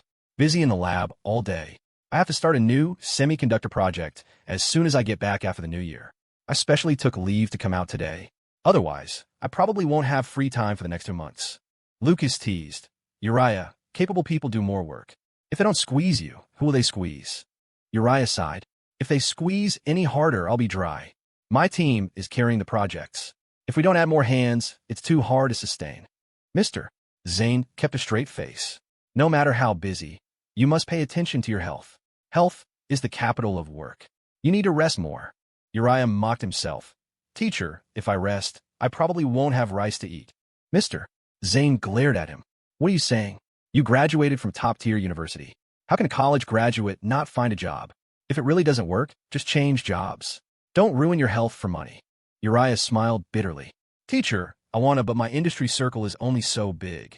There are only a few companies in Chicago. Where else can I go? Forget it. I'll just endure for now. If I really can't take it anymore, big deal, I'll change careers. Lucas quickly advised. Change careers? Uriah, wouldn't your years of effort be wasted? You've won several big awards. I advise you not to switch. Talk to your boss. Uriah spread his hands helplessly. If I could talk, I would have talked long ago. Wait until today. Forget it. It's the holidays. Let's not talk about these depressing things. He turned to look at Mr. Zane and asked, By the way, teacher, I haven't had time to congratulate you. I heard your class last year produced several students who went to Ivy League schools, and one was the state top scorer. Mentioning this, the wrinkles on Mr. Zane's face smoothed out with laughter. Yes. The kids from the class of 2000 were quite competitive. Indeed, one was the state valedictorian. But he didn't go to Harvard or MIT. He went to Illinois Tech. Went to Illinois Tech. Uriah was very surprised. Yes, everyone has their own choices. Illinois Tech is also good, Mr. Zane smiled. True, Illinois Tech is good too. He can definitely get into a master's or PhD program later. Lots of future, Uriah said enviously. For a state valedictorian to go to Illinois Tech, there were likely preferential conditions like guaranteed grad school admission. Those conditions alone were enviable. Mr. Zane said with gratification, Yes. That child's family background was a bit poor, but he is very talented. He will definitely be able to change his destiny in the future. Hearing this, Lucas laughed loudly. In that case, teacher, ask him later. If he wants to earn money while studying, he can come to us. We have many part-time opportunities here, as long as he can use a computer. That would be great. He's majoring in computer science. Mr. Zane rejoiced. Hey, no need to wait for another day. You came just in time. That child is coming over today. Have a good chat with him later. You seniors should help as much as you can. As long as he's willing to work and put in the effort, there's still plenty of opportunities out there, right, Uriah? Lucas Bell said with a smile. Yeah, I have a feeling that once we fully integrate with the global market, opportunities will be popping up everywhere. Well, except maybe in my line of work. Uriah West replied with a self-deprecating laugh. Lucas teased. Come on, Uriah. Don't be such a pessimist. The industry you're in is growing fast. Once the profits start rolling in, your compensation will definitely go up. Uriah smiled bitterly. I sure hope so. Mr. Zane stood up. You guys sit tight. I'm gonna go help out in the kitchen. We'll eat as soon as everyone arrives. Uriah stood up immediately. Teacher, let us help you. Mr. Zane waved his hands repeatedly. No, you're guests. Just sit and have some coffee. But Uriah was already rolling up his sleeves. Don't be polite with us, Mr. Zane. Guest or not, we'll always be your students. Helping out is the least we can do. He turned to Lucas. Right, Lucas? Lucas stood up as well. Exactly. Many hands make light work. How could we let you and Mrs. Zane do all the work? Mr. Zane couldn't win against the two of them, so he let them join him in the kitchen. While they were busy preparing food, a knock came at the door. Mr. Zane wiped his hands and smiled. At this hour, that must be Ethan and the gang. He went to open the door, and sure enough, standing outside were Ethan Ford, Grace Miller, Wayne Tank Turner, and Chloe Jones. Happy holidays, Mr. Zane. We came to wish you a happy new year. Ethan said, holding up a large gift basket. Hello, Mr. Zane. Grace chimed in sweetly. Tank shrank his neck slightly and chuckled dryly. Happy New Year, Mr. Zane. Come on in. But really, just your presence is enough. Next time, no gifts. Mr. Zane laughed, trying to look stern but failing. Ethan smiled. We couldn't do that. How can we visit our favorite teacher empty-handed? Please, just accept it. Ethan hadn't bought anything extravagantly expensive, just some gift baskets with snacks, chocolates, and some clothes. For holiday visits, it was the thought that counted. Overly expensive gifts just created pressure. As they walked into the living room, Ethan set down his gift basket and noticed other gifts on the table. Someone else was already here? Hey there. Happy New Year to the younger class. Lucas Bell walked out holding a head of lettuce, greeting them warmly. Mr. Zane introduced them. Ethan, these two graduated in '96. They're your upperclassmen. This is Lucas Bell, and the other one is Uriah West. Uriah wiped his hands and poked his head out of the kitchen, revealing a friendly face. Hey, Mr. Zane, which one is the state top score from last year? Uriah asked curiously. Mr. Zane beamed. That would be Ethan here, the state valedictorian. Out of all the students I've taught, he's got the best exam scores. Huh, Mr. Zane's voice was filled with pride. Ethan bowed slightly to the two alumni. Happy New Year, Lucas, Uriah. It's a special kind of fate to meet at Mr. Zane's house today. I hope you'll look out for us in the future. His words made the two older graduates feel quite respected. Lucas and Uriah came out of the kitchen completely. Uriah smiled happily. We're all Mr. Zane students. Looking out for each other is just what we do. We help each other. After some pleasantries, Mrs. Zane, Tanya, came out carrying a dish. The food is ready. Don't just stand there. Come on, sit down. We can talk while we eat. You got it, Mrs. Zane, Ethan responded, helping to arrange the seats. Around a table filled with home-cooked dishes, the group laughed and chatted, the atmosphere lively and warm. I'm happy today. Would you guys like a drink? You've all graduated and are adults now, so a little drink shouldn't hurt. Mr. Zane took out a large water bottle that was actually filled with moonshine from the local market. Mr. Zane, I drove here, so I'm the designated driver today. Uriah can drink with you, Lucas said quickly. Mr. Zane looked surprised. Lucas, you haven't been out of college that long, have you? You already bought a car. Lucas smiled modestly. Oh, Mr. Zane, it's just a Honda Accord sponsored by my family. My salary wouldn't be enough to buy a car yet. Mr. Zane waved his hand. All right, fair enough. You don't drink then. I'll drink with the others. He turned to Ethan. Ethan, will you guys have some? Ethan nodded and smiled. Sure, Mr. Zane. We took a cab here, so a little drink is fine. Ha, excellent. Let's have some then, Mr. Zane said happily. Mr. Zane personally poured the liquor for the students. Come, let's raise a glass. To your academic progress, success in work, and most importantly, good health. Mr. Zane toasted. Everyone raised their glasses. After a few rounds, everyone was in high spirits. Mr. Zane turned to Ethan. Ethan, how are you finding life at Illinois Tech? How are your studies? It's good. The classmates are friendly. And don't worry, Mr. Zane, I haven't slacked off. I didn't fail any exams last semester. Ethan replied with a smile. Tank chimed in enviously. Didn't fail? He nearly aced every subject. Seriously, when it comes to academic talent, people are just built differently. Ethan, spare me some of that talent, will you? I failed one class. Uriah looked surprised. Near perfect scores? That's impressive, Ethan. To get near perfect scores in college meant the highest scholarship was practically guaranteed. As expected of the state valedictorian, Ethan was modest. There's some luck involved. The exams covered exactly what I reviewed. It wasn't particularly hard. Mr. Zane looked very gratified. Ethan, you haven't disappointed me. But right, don't get arrogant. Keep it up and aim to graduate with honors. It'll make finding a job much easier later. Finding a job? Ethan paused. He hadn't really thought about looking for a job. Mr. Zane downed a glass of liquor and asked, Ethan, I read in the paper that the Tri-State Steel Mill is closing down after the new year. I heard it's being acquired by an out-of-state steel company. Ethan nodded. Yeah, the acquisition process has already started. It's supposed to be finalized this month. These were confirmed details Ethan knew. Doesn't your dad work at the mill? If it's acquired, won't he be laid off? Mister, Zane asked with concern. Ethan smiled lightly. Yeah, not just my dad. Most of the employees at the mill will be let go. Seeing him smile, Mr. Zane felt a pang of sadness. This kid was still so optimistic. The family's main breadwinner was about to be laid off. How would they manage? Sigh, the world is unpredictable and ruthless. Society these days. So many workers are losing their jobs. Ethan, don't worry too much. Just study hard, and you'll definitely make something of yourself in the future, Mr. Zane advised earnestly. Ethan nodded heavily. Yes, Mr. Zane, I'll follow your advice and focus on my studies. Hearing that Ethan's father was about to lose his job, Uriah couldn't help but lament the cruelty of the world. Ethan had such high academic talent, yet his family was in such difficulty. What about tuition? Living expenses? Living costs for a month had to be at least $400, right?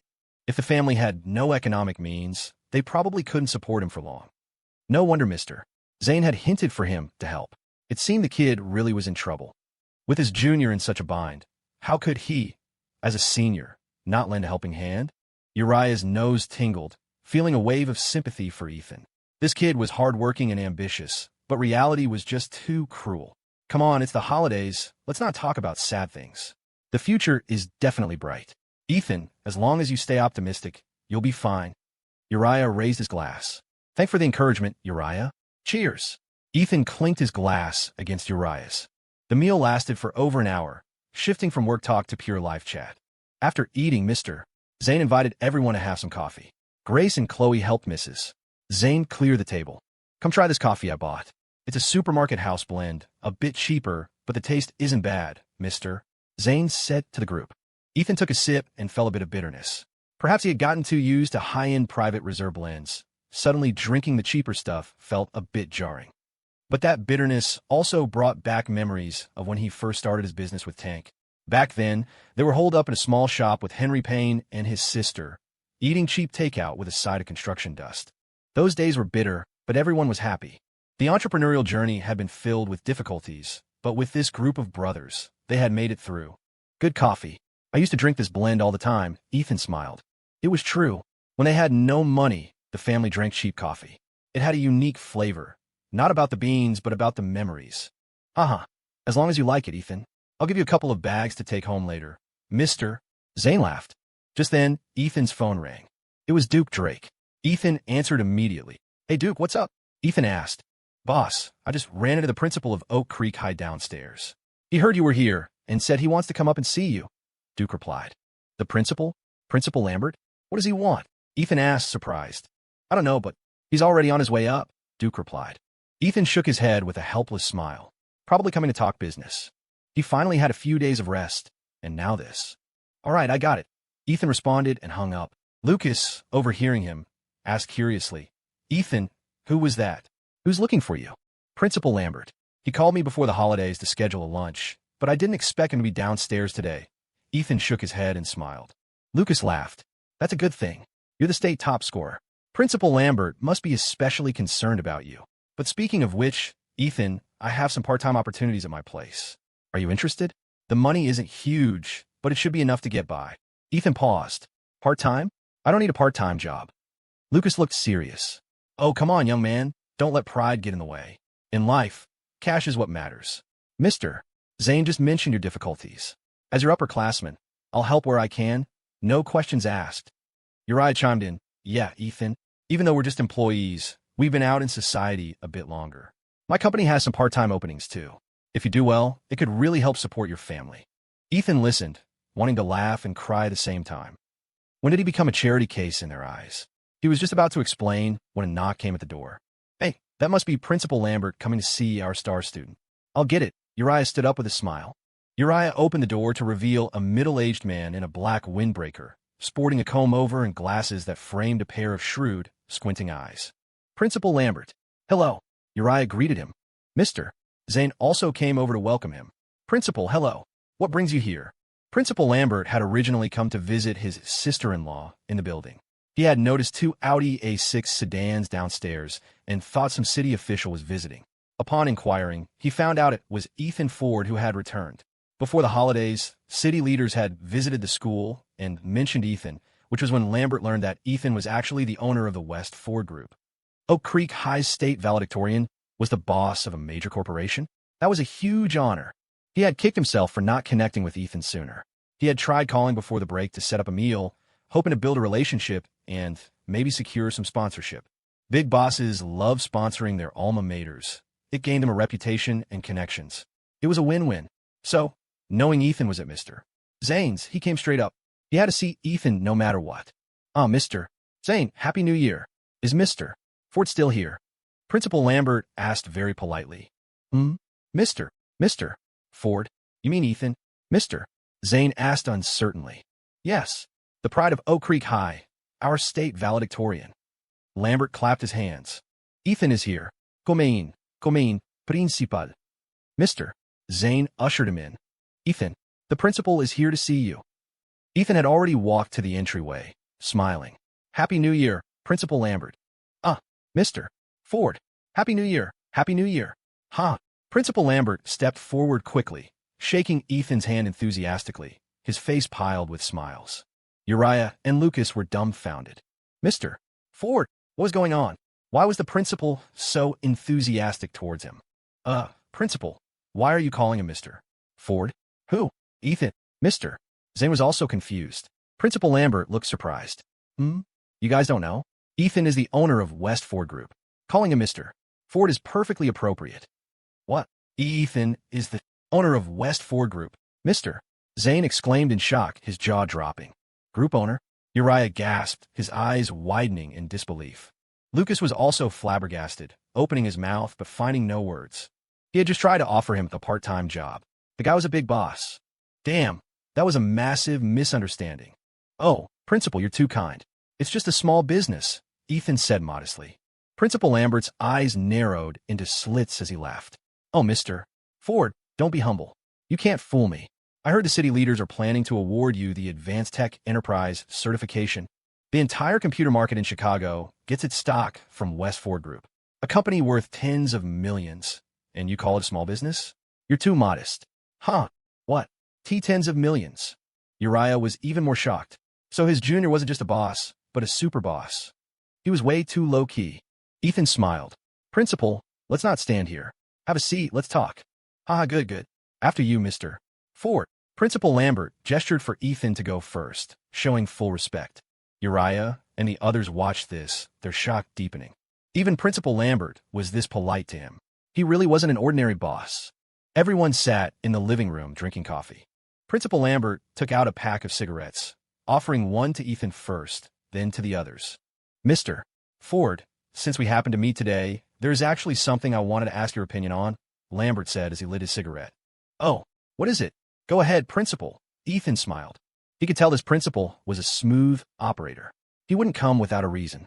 Principal Lambert paused for a moment, then said politely, I'm planning to set up an alumni hall of fame at the school. You are Oak Creek High's first state valedictorian and a well-known entrepreneur. I think you fit the criteria perfectly. I want to invite you, Mr. Ford, to join the Hall of Fame. It would set an excellent example for future students. Ethan didn't hesitate. He smiled and said, That's a great proposal, Principal. As a graduate of Oak Creek High, I fully support it. Ethan had seen plenty of things like alumni halls of fame, and he rarely refused them. Because it was a networking platform. Regardless of the fame aspect, maintaining alumni relationships was necessary. Such platforms were often the first networks a person could access in life.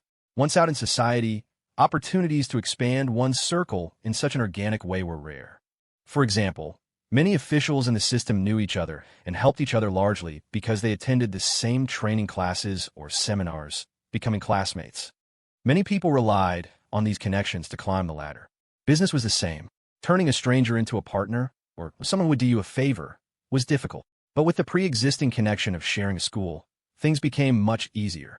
Oak Creek High was a key high school that had produced many officials and business people. It had connections in both politics and commerce, which was something Ethan valued. Principal Lambert beamed. With your support, Mr. Ford, I'm sure this Alumni Hall of Fame will be a success. It's just that, Mr. Ford, the school is currently expanding.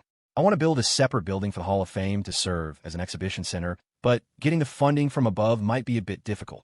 His implication was clear. He hoped for a sponsorship. To get things done, the school needed money. Ethan smiled knowingly. I see. Since you're doing this for the school, principal, and as a student of Oak Creek, I will definitely support it heavily. On behalf of West Ford Group, I can donate $300,000 to the school. This can be used for the expansion, not just for the Hall of Fame building, but also to renovate the main Student Art Center.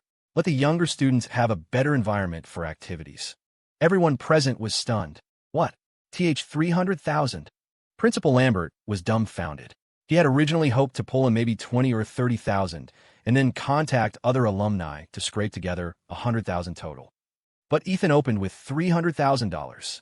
It scared the wits out of him. Mr. Zane was also stupefied. How could a student just casually toss out hundreds of thousands? Was he that rich? Uriah and Lucas looked at each other, shocked by Ethan's generous hand. Uriah clicked his tongue. Ethan, that's $300,000. Ethan smiled faintly. I know. Is there a problem? 300,000 was a drop in the bucket for Ethan now. He spent more than that just buying a few company cars. Principal Lambert couldn't believe it and asked for confirmation. Mr. Ford, are you serious? You want to donate $300,000 to the school? Ethan nodded. Yes, Principal. Principal Lambert took a deep breath and shook Ethan's hand vigorously. Mr. Ford, on behalf of Oak Creek High, I thank you. Thank you so much. Thank you for your strong support. Sure enough, coming to find Ethan today was the right move. This kid was truly generous. Amazing. Just a modest contribution, Principal. No need to be so polite, Ethan said courteously. Donating to the school was beneficial for him too. With this relationship, he could expand many connections. Future graduates of Oak Creek High would definitely feel a sense of closeness to West Ford Group. Whether high school or college, Ethan planned to make strategic donations when appropriate. Spending money to build a network was worth it. Principal Lambert slapped his thigh in delight. It is truly our honor to have a graduate like Mr. Ford at Oak Creek High. I think the Student Arts Center building should be named the West Ford Building. What do you think, Mr. Ford? Principal Lambert knew how to return a favor. If you think that's appropriate, Principal, Ethan said noncommittally. Principal Lambert was quick on the uptake. Then it's settled. It will be called the West Ford Building. Future students will surely remember this kindness. With the business talk done, the group drank coffee and chatted casually. Ethan asked Uriah, curiously, Uriah, you mentioned earlier that you work in the semiconductor industry. Which company are you with? Chicago Semiconductor Devices. It has an integrated circuit research institute under it. I lead a project team there. Uriah scratched his head embarrassedly. He felt a bit inferior in front of Ethan now. He couldn't help it. His junior was too outstanding. Ethan was a group chairman, while he was just an employee. His title sounded high level, but he was just a glorified worker. Ethan's eyes flashed with interest. So, semiconductor devices. You know us, Ethan. Uriah was surprised. The company was well known within the Chicago semiconductor field, but only to insiders. Most people didn't know about it. Ethan smiled mysteriously. Is your company currently negotiating an acquisition? Is it the State Chip Industry Group proposing the acquisition, backed by state capital? Uriah's face showed shock. How'd you know? Ethan smiled. Nothing much. Just heard some rumors. In fact, this matter was significant. Ethan paid close attention to the semiconductor and integrated circuit industries and knew about this. Later, the Academy of Sciences would take the lead, combining the Semiconductor Institute with the state-backed Research Institute to form the Integrated Circuit and Applications Institute, laying the foundation for the state to become a major player in the domestic semiconductor industry.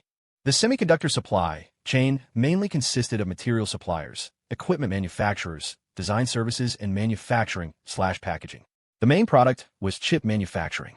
These were the upstream industries. Downstream were industrial electronics, consumer electronics, and other applications. At this point in 2001, the country was mainly developing the downstream of the integrated circuit chain, manufacturing various electronic products. However, the upstream was still controlled by foreign entities, who took the lion's share of the profits. Domestic companies only got meager manufacturing margins.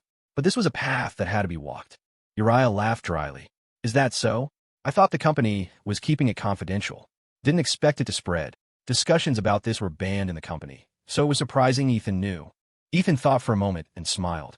What area of research do you focus on, Uriah? Oh, I work in consumer electronics. Various home appliances, small gadgets, things like that. Not exactly cutting-edge high-tech, Uriah said modestly.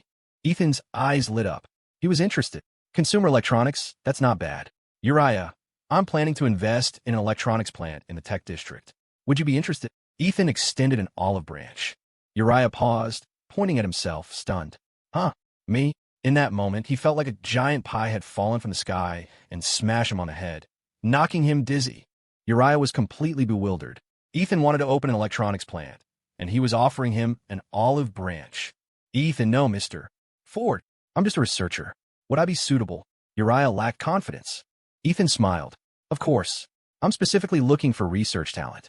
You're perfect. Someone who can lead a project team at a semiconductor company. How could you be anything less than excellent? Uriah, if you're willing, you can come to my plant as the technical director, specifically in charge of product R&D. Everyone around them was shocked. Technical director. The compensation for a plant's technical director would undoubtedly be incredible. Uriah had really met a benefactor. Even Lucas looked at him with envy. This was equivalent to letting Uriah skip several rungs on the corporate ladder, jumping straight to an executive position. Hearing the title, technical director, Uriah felt even dizzier. His mind was buzzing, and he couldn't make a decision right away. Ethan saw his hesitation and smiled. You don't need to decide immediately.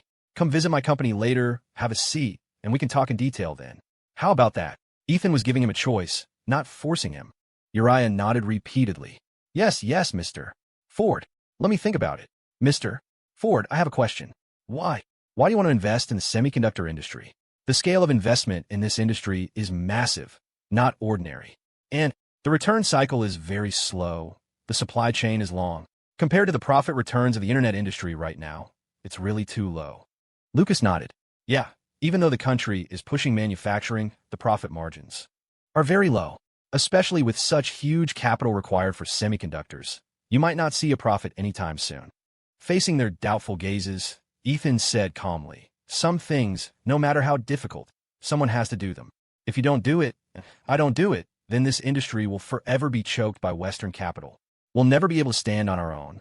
I know investing in semiconductors might not make money quickly, and it requires huge funds. I know all that, but I just don't want to see a day where our domestic tech industry is strangled by foreign entities, kneeling before foreign capital begging for scraps. If our country wants to achieve industrial upgrades, we can't do it without a cutting-edge semiconductor industry, and we certainly can't do it without cutting-edge science. To develop technology, someone must be brave enough to invest, even if not for personal gain, then for this country, for everyone's future. Towards the end, Ethan's tone became increasingly firm. Investing in semiconductors was something he had always wanted to do. In his previous life, he missed this golden era. The prevailing thought in the domestic industry became, buying is better than building, thinking that building it themselves was too slow and it was better to use foreign tech. This mindset became mainstream, causing the domestic semiconductor industry to stagnate, eventually leaving the country's technological development firmly in the grip of foreign powers, half dead and in extreme pain. He knew the future, so he cherished the present even more. He knew he couldn't miss this golden window of opportunity again. If the domestic semiconductor industry wanted to rise, they had to build it themselves. They couldn't rely on others, especially not Western capital. Ethan's firm words infected everyone present. Though not overly aggressive, they made people's blood boil. Uriah clenched his fists, his eyes shining. Mr. Ford, if all entrepreneurs had your vision, why would we worry about our semiconductor industry not flourishing? Mr. Zane personally poured tea for Ethan, sighing with emotion. Ethan, with that kind of awareness, you are the student I am most proud of. Tank raised his fist and laughed. Following Ethan is never wrong. I believe no matter how hard it is, we can overcome it. Ethan raised his cup and smiled. Haha, with everyone working together, success will come naturally. Cheers. Everyone raised their cups for a toast. At 3 p.m., it was getting late. The coffee was finished, and the conversation had been thoroughly enjoyable. Uriah had things to do and stood up to leave. Ethan and his group also took their leave. Downstairs, Ethan said goodbye to Uriah and Lucas. Uriah, come sit at the company when you have time. You're always welcome. Ethan shook his hand and smiled. Definitely, Mr. Ford. I'll be there. Uriah nodded heavily. All right. You guys head back if you're busy. We're heading out too. Let's meet up again sometime. Ethan waved, then got into the Audi. Duke Drake started the car and left the staff housing complex. Uriah and Lucas watched Ethan's car until it disappeared from sight. Uriah, you really met a benefactor today, Lucas said enviously. Yeah, a true benefactor. Our junior is incredible. Uriah smiled. Let's go visit West Ford Group another day. You go back and think about it. I think Mr. Ford is very sincere. Technical director, how long would it take for most people to reach that position? Lucas patted his shoulder. Uriah smiled bitterly. Honestly, I'm very tempted. But reason tells me I need to think twice before doing anything. I can't be rash, especially for us researchers. How can I decide on a whim? Haha, true. Consider it yourself. Come on, get in the car, Lucas laughed. On the other side, Grace held Ethan's arm and asked, You dummy, what were you guys talking about just now? It got so intense. Why did I feel like they were brainwashed by you? Ethan laughed dumbly. What brainwashing skills do I have? We were just talking about work. Men, aside from talking about women, only talk about work. Grace pinched him. You're just a workaholic. But you were really charming just now. A man working seriously, focused on his career, was handsome, wasn't he? She had listened from the side, and although she didn't understand at all, seeing Ethan's spirited appearance was simply too handsome. He exuded a certain charm, an attractive charisma. That was the Ethan she liked. Grace smiled sweetly and pecked him on the cheek. Such a handsome dummy deserves a reward. Ethan whispered with a wicked grin. Then, another reward tonight? Grace blushed and pinched him again. Ow, Grace, you pinched me again.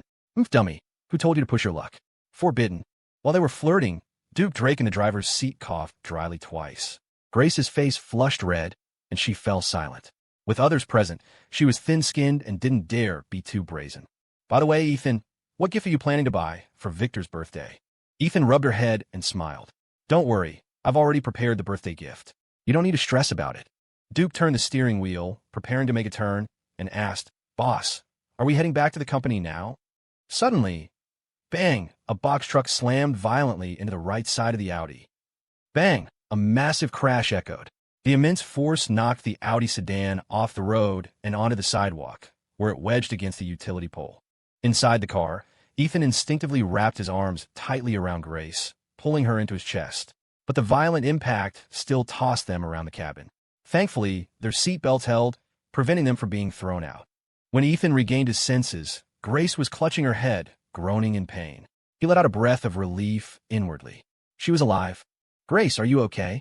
Ethan asked with concern. I'm fine. What about you? Are you hurt? Grace anxiously patted his arms and legs, checking if he was missing any parts. I'm fine too. Let's get out and see what happened. Ethan said gravely. In the driver's seat, Duke Drake warily pulled a collapsible baton from the center console, tucked it behind his back, and whispered, Boss, you guys okay? We're good. Let's assess the situation first, Ethan whispered back. He opened the door, noticing the right side was nearly caved in. The box truck's front end was crumpled. This was a serious crash. If he hadn't been wearing a seatbelt in the back, he would be dead or crippled. At that moment, the driver of the box truck got out. It was a middle-aged man with messy hair. Oh man, I am so sorry. I wasn't paying attention, the man said, walking forward with a grin. Ethan noticed he was wearing heavy-duty work gloves. He frowned. Go, Grace. Get into Dan's car. What's wrong? Grace asked, confused. Listen to me. Ethan's voice dropped lower as he pushed her away. Duke also sensed something was wrong. There were no other cars nearby and no pedestrians. This was a perfect ambush spot. Boss, this feels off, Duke whispered. As soon as he spoke, the rear door of the box truck flew open. Young men wearing work gloves jumped out one by one, wielding machetes, bats, and pipes. It's an ambush. Boss, look out, Duke shouted. Fuck, kill that guy Ford. The group of thugs charged aggressively with their weapons. Boss, run. I'll hold him off. Duke extended his baton, his face grim. Ethan grabbed Grace and ran towards Dan Drake's car. Dan arrived just in time, pulled out his baton, and jumped out to help Duke. Tank, you drive them and get out of here. I'm going to help Duke. Done? That's an order. Ethan instructed. Although the Drake brothers were his bodyguards, he treated them like brothers. He couldn't leave them behind to flee alone. Ethan, no. Grace grabbed his hand, her face pale. She knew the situation was extremely dangerous and didn't want to see Ethan in harm's way. Ethan, I'm going with you.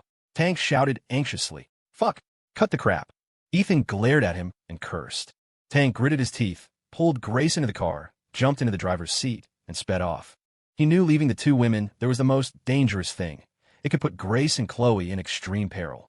He understood Ethan's intent and had to follow orders. In those split seconds, Duke and Dan had already engaged the group of thugs. Fighting while retreating, taking on 10 men each, they remained composed. Ethan lifted a trash can from the sidewalk and hurled it at the thugs. Bang! The trash can hit 2 of them, knocking them down and scattering foul-smelling garbage everywhere. The trash can momentarily obstructed the group, giving the Drake brothers a chance to disengage. Duke, Dan, run this way, Ethan shouted, alerting the brothers. Knowing they couldn't fight so many head-on, the Drake brothers turned and sprinted towards Ethan. Fuck! Kill Ford for me, someone in the crowd shouted, chasing after Ethan. Ethan led the Drake brothers in a desperate sprint, with over 20 men chasing them relentlessly. People on the street saw the scene and scattered in fear, daring not to get involved. Ethan knew the nearby tenements well.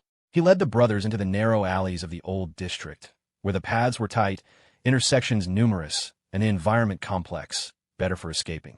Along the way, Duke knocked over obstacles like drying racks and buckets to hinder the pursuers. Before long, they opened up a gap. Ethan and the brothers turned a corner and ducked into an underground gambling den. Inside the den, Ethan ran straight to the back of the house. There was a rear door leading to another alley. Here, Ethan signaled, and the Drake brothers followed. The 3 exited into another alley. The shouting behind them had faded. They finally let out a heavy sigh of relief. Ethan's legs went soft, and he sat on a doorstep, gasping for air, feeling like his lungs were burning. Duke and Dan had better stamina and weren't as ragged as Ethan. They looked vigilantly up and down the alley. Boss, we were definitely targeted, Dan said grimly. Ethan took 2 deep breaths and said coldly, yeah, they came prepared. Someone wants my life. On the other side, having lost their target, the thugs cursed in rage. A young man in a baseball cap shouted, fuck, the kid got away. Search, dig him out. Wolfie, call from Baz, a blond guy handed over a phone. The cap-wearing youth, Wolfie, took the phone quickly and laughed nervously. Be Baz. Barry Baz Mitchell's gloomy voice came through. Wolfie, how did it go? Is he dead? Wolfie hesitated, looking grim. He whispered, B. Baz, we had Ford cornered, but that kid is slippery. He got away again. Fuck, what did you say? Got away. Fuck you. How could you let him get away? Baz cursed violently. Wolfie looked terrible, not daring to speak. He had been tailing Ethan for days, waiting for this chance. He didn't expect the car crash to fail to injure or kill him. Normally, anyone in the back seat without a seatbelt would have flown out. Missing the hit was bad enough, but letting him escape? He was going to get chewed out when he got back. Where are you guys now? Baz asked. Baz, we're at the south side, Wolfie whispered. Fuck, get your asses back here now. He ran, so don't just stand there waiting to get arrested. Baz yelled. Yes, yes. Wolfie nodded repeatedly. Hanging up, he waved his hand and shouted, Brothers, pull back. The 20-plus men scurried out of the alleyways. On the other end of the line, Barry Mitchell smashed his phone onto the ground. Smash! The phone shattered into pieces. Motherfucker. A bunch of useless trash who only know how to chase skirts. Good for nothing but screwing up real work. Fuck. Baz kicked a chair across the room in anger. In the room, the others didn't dare make a sound, afraid Baz would turn his rage on them. Baz paced back and forth, his face ugly. He had wanted to handle this beautifully to prove his capability to the boss, Ray Young. To prove he could hold the dragon head cane. Now that he botched it, it was truly embarrassing. The door opened, and a young man whispered, Baz, the boss is here. Barry Baz. Mitchell glanced at the others in the room and said viciously, Don't talk nonsense later, understand? He didn't want Ray Young to know about this. It was too embarrassing. If Ray found out, a lecture was inevitable. Yes, Baz. The minions shut their mouths. Baz went to the door to welcome him. Ray Young arrived in a wheelchair. Baz, everything okay with the clubs lately? Ray Young coughed twice, looking tired and haggard. Don't worry, boss. No problems at all. Baz smiled. Oh, really? I heard Wolfie wasn't watching the floor today. Ray asked suspiciously. Oh, I sent Wolfie back to Thunder Bay to pick up some goods to sell. Baz replied quickly. Ray said, oh, rubbing his brow. I thought something happened at the club. Lately, I've been feeling uneasy. Baz laughed dryly. Hey, boss, you need a rest. Don't worry, I'll handle everything else. Ray nodded. By the way, arrange some men and get ready. The opportunity is here. He tapped the armrest, his voice turning vicious. This time, it's a chance to take out Victor Vane. Night, West Ford Group. Ethan Ford stood in front of the massive floor-to-ceiling window, smoking a cigarette, his expression grim. Duke Drake opened the door. Boss, Victor is here. Hurried footsteps followed. Ethan, are you okay? Victor the Reaper. Vane walked in quickly, asking in a low voice. Behind Victor was a group of men, including Camel and Big Ed. Ethan turned around and shook his head. I'm Fina. It's just. Grace was a bit shaken. I finally managed to calm her down. Having gone through this, Grace was truly frightened. Even though she was usually bold, facing such a dangerous situation had rattled her. Who did it? Victor asked darkly. Ethan handed him a cigarette and said calmly, Thunder Bay. Police investigation this afternoon said the car was a stolen vehicle from Thunder Bay, but they haven't caught anyone yet. Victor lit the cigarette, standing shoulder to shoulder with Ethan. After a moment of silence, he said, the Thunder Bay crew are like rats. Relying on the police to catch them is hard. Ethan sneered coldly. I'm not counting on the police to catch them. Even if they did, so what? Some things need to be resolved by us. Victor blew a smoke ring. Ethan, say the word. How we do this? It's time for a reckoning between us and Thunder Bay. A cold light flashed in Ethan's eyes. No more waiting. I want to dig those rats out. Since they won't show their tails, we'll go find them. Victor, this time, I want them to pay a painful price. He didn't fear danger himself, but he would never let Grace be in danger. The Thunder Bay crew had crossed his bottom line, his reverse scale. Victor looked at him and smiled. Ethan, I'll support you fully. In that case, let's make a big move. They want to fight? Then we'll give them a bloodbath. With that, Victor turned to Camel and the others. Camel, Ed, send everyone out. If anyone finds the location of a single Thunder Bay member, I'll reward them $10,000. Even if they are rats, dig them out for me. Camel grinned viciously and bowed. You got it, Victor. We'll give the order now. Camel and the others walked out of the office, where over a dozen brothers were waiting. He raised his arm and shouted, Boys, time to go to work. Yes. The group shouted in unison, following Camel out.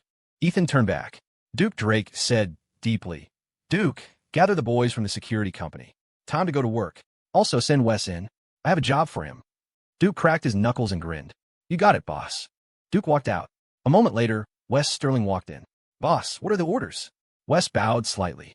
Ethan said coldly, Wes, go find Lenny Lawson. It's time for him to do some work. I want to see his performance this time. Wes nodded. Yes, boss. With that, Wes turned and left. Outside the door, he put on his tactical gear and grabbed a dagger. This time, there would be blood. Dan Drake was wiping his dagger at the door. He whispered, Wes, I'll wait for you to come back for a drink. Wes smiled slightly and nodded. In the office, only Ethan and Victor remained. The two smoked, looking out at the bustling night view, saying nothing. In the neon-lit city, dark currents were already surging wildly. 11:00 p.m. The Metro District, My Hero Pool Hall. Smoke filled the air as young men played pool, laughing and joking. Two tattooed youths stood at the door, chatting in the Thunder Bay dialect. That chick last night was wild. Drained me 3 times, my legs almost went soft. Huh, damn, sounds good. When are you going to introduce me? I'll mang, no problem. Next time, I'll let you have a taste. Just then, a man in a black jacket came over to settle his bill, glancing at the two. Punk, what the fuck you looking at? A blonde youth glared at him sideways. The black-jacketed man said nothing, paid, and walked out. TCH, fuck your mother. The blonde youth cursed again. 3 minutes later, dense footsteps echoed from the stairwell at the entrance. A group of youths in black coats burst in, over a dozen of them. Seeing so many people, the blonde youth paused and asked, Hey, what are you doing? Here to play pool. Play your mother. From the crowd of black coats, Big Ed stepped out and slapped him across the face. The slap stunned the blonde youth on the spot. Big Ed grinned viciously. Thunder Bay rat, finally caught you, huh? Smash it up. The men behind Big Ed swarmed in, smashing the pool hall to pieces. Who are you? Do you know who my boss is? Fuck, the blonde shouted, trying to look tough. I don't know, but you definitely do, right? Big Ed grabbed him by the collar and lifted him into the air. You're definitely going to tell me, aren't you? Big Ed pulled out a machete with his other hand, and the brothers behind him drew their shining blades. The Metro District, Liwu Tenements. Lenny Lawson and Leo Lawson moved through the alleys with over 30 men. Before long, they arrived in front of an arcade. Lenny threw his cigarette down, crushed it with his foot, and said, hiding pretty deep, Wes, this is the place. Wes Sterling, wearing black tactical gear and slash-proof gloves, stepped out of the crowd and stood at the arcade entrance. He looked at the arcade sign, pulled out the dagger at his waist, and walked in silently. Lenny waved his hand, and the 30-plus men flooded in after him. Bang, bang, bang. Nobody fucking move. Nobody leaves. Smashing sounds, cries of pain, the sound of breaking bones, and fierce fighting noises erupted from within the arcade. Whitestone District, Hartfield Village, the Royal Inn. 8 vans stopped at the motel entrance. Camel stepped out of van, holding a phone. Yeah, I know. I'm here. Camel hung up. Wave after wave of men stepped out of the vans behind him, including the security personnel led by Duke Drake. This is the spot, Big Ed mentioned. Camel pointed at the motel with a vicious grin. Duke nodded. We go up first. Team 1, Team 2, follow me. Team 3 waits below.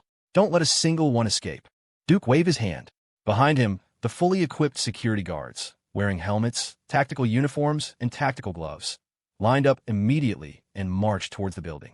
Hee, don't rush, wait for me. Camel laughed ruthlessly, took a machete from a minion, and followed with a swagger. Under the streetlights, a mass of black-clad figures surged into the Royal Inn, the machetes in their hands gleaming coldly. 2 a.m., the Metro District, Faye's massage parlor. Wolfie pulled up his pants, zipped his fly, and tossed a $100 bill on the bed. The beautiful woman on the bed picked up the cash happily and cooed. Thanks, Wolfie. Wolfie turned back and pinched her cheek, grinning. Baby, wait for me to come find you next time. Remember to come back. Wolfie. The woman smiled charmingly, her eyes like hooks capturing the soul. Hee for sure. Once I'm done with business, I'll book you for 3 days and nights. Wolfie laughed lewdly. He opened the door and walked out to the massage parlor lobby. A dozen minions were drinking or playing cards, the air thick with smoke. Hey, Wolfie, you done? A short, chubby youth greeted him with a wink. Save some energy. Still got work to do? Or else you won't see me tonight. Wolfie boasted proudly. Wolfie, you're the man. The chubby youth gave a thumbs up, flattering him. So, any word from Baz? What's the plan? When can we head out? Wolfie asked. The chubby youth whispered. Baz ordered us to lie low for a while. The cops are investigating. We head out next week. Next week? What's the big deal? We didn't leave any evidence. Why fear the cops? Wolfie complained. The chubby youth laughed dryly, daring not to reply. Just then, the roar of engines came from outside the shutter door. What's going on? It's the middle of the night, so loud. Wolfie said irritably. Fatty, go check it out. The chubby youth responded, ran to the shutters, opened a slit, and looked out through the glass door. But outside, only the lonely streetlight shone. He couldn't see any cars, only hear the engines roaring from both sides. What's the situation? The chubby youth wondered aloud. Suddenly, black figures surged from both sides of the road, dense and countless. These people held various weapons, machetes, bats, chains, and crowbars. Holy shit! The chubby youth turned pale with fright, his legs went soft, and he fell to the ground. Fuck, Fatty, what's wrong with you? Making a fuss over nothing. Did you see a ghost? Wolfie cursed loudly. The chubby youth stammered, W. Wolfie. People, so many people. There are so many people outside. As soon as the words fell, bang, bang, bang. Huge banging sounds accompanied by the shattering of the glass door rang out. The noise startled everyone inside. They jumped up, grabbed their weapons, and went on alert. Snap! The lock on the shutter door was cut.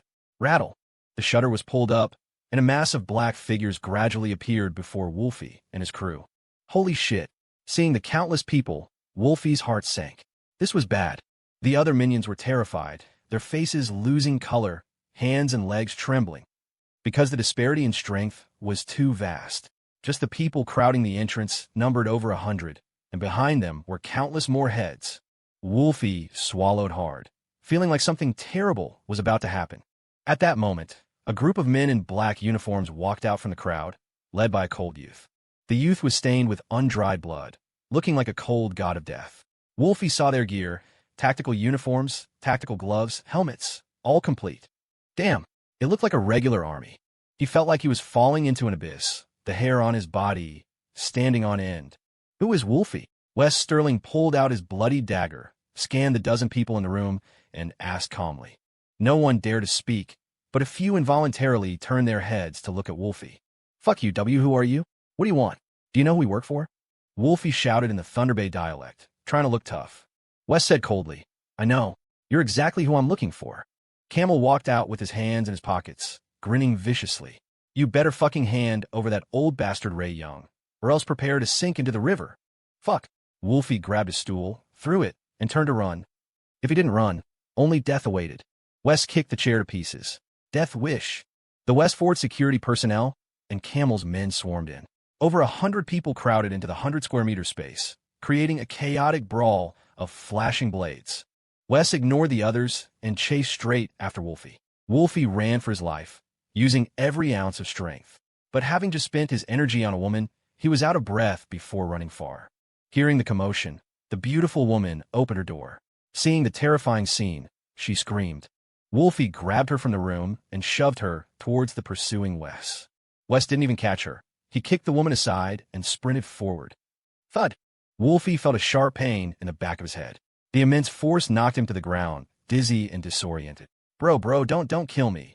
Wolfie felt the back of his head wet with blood, begging on his knees.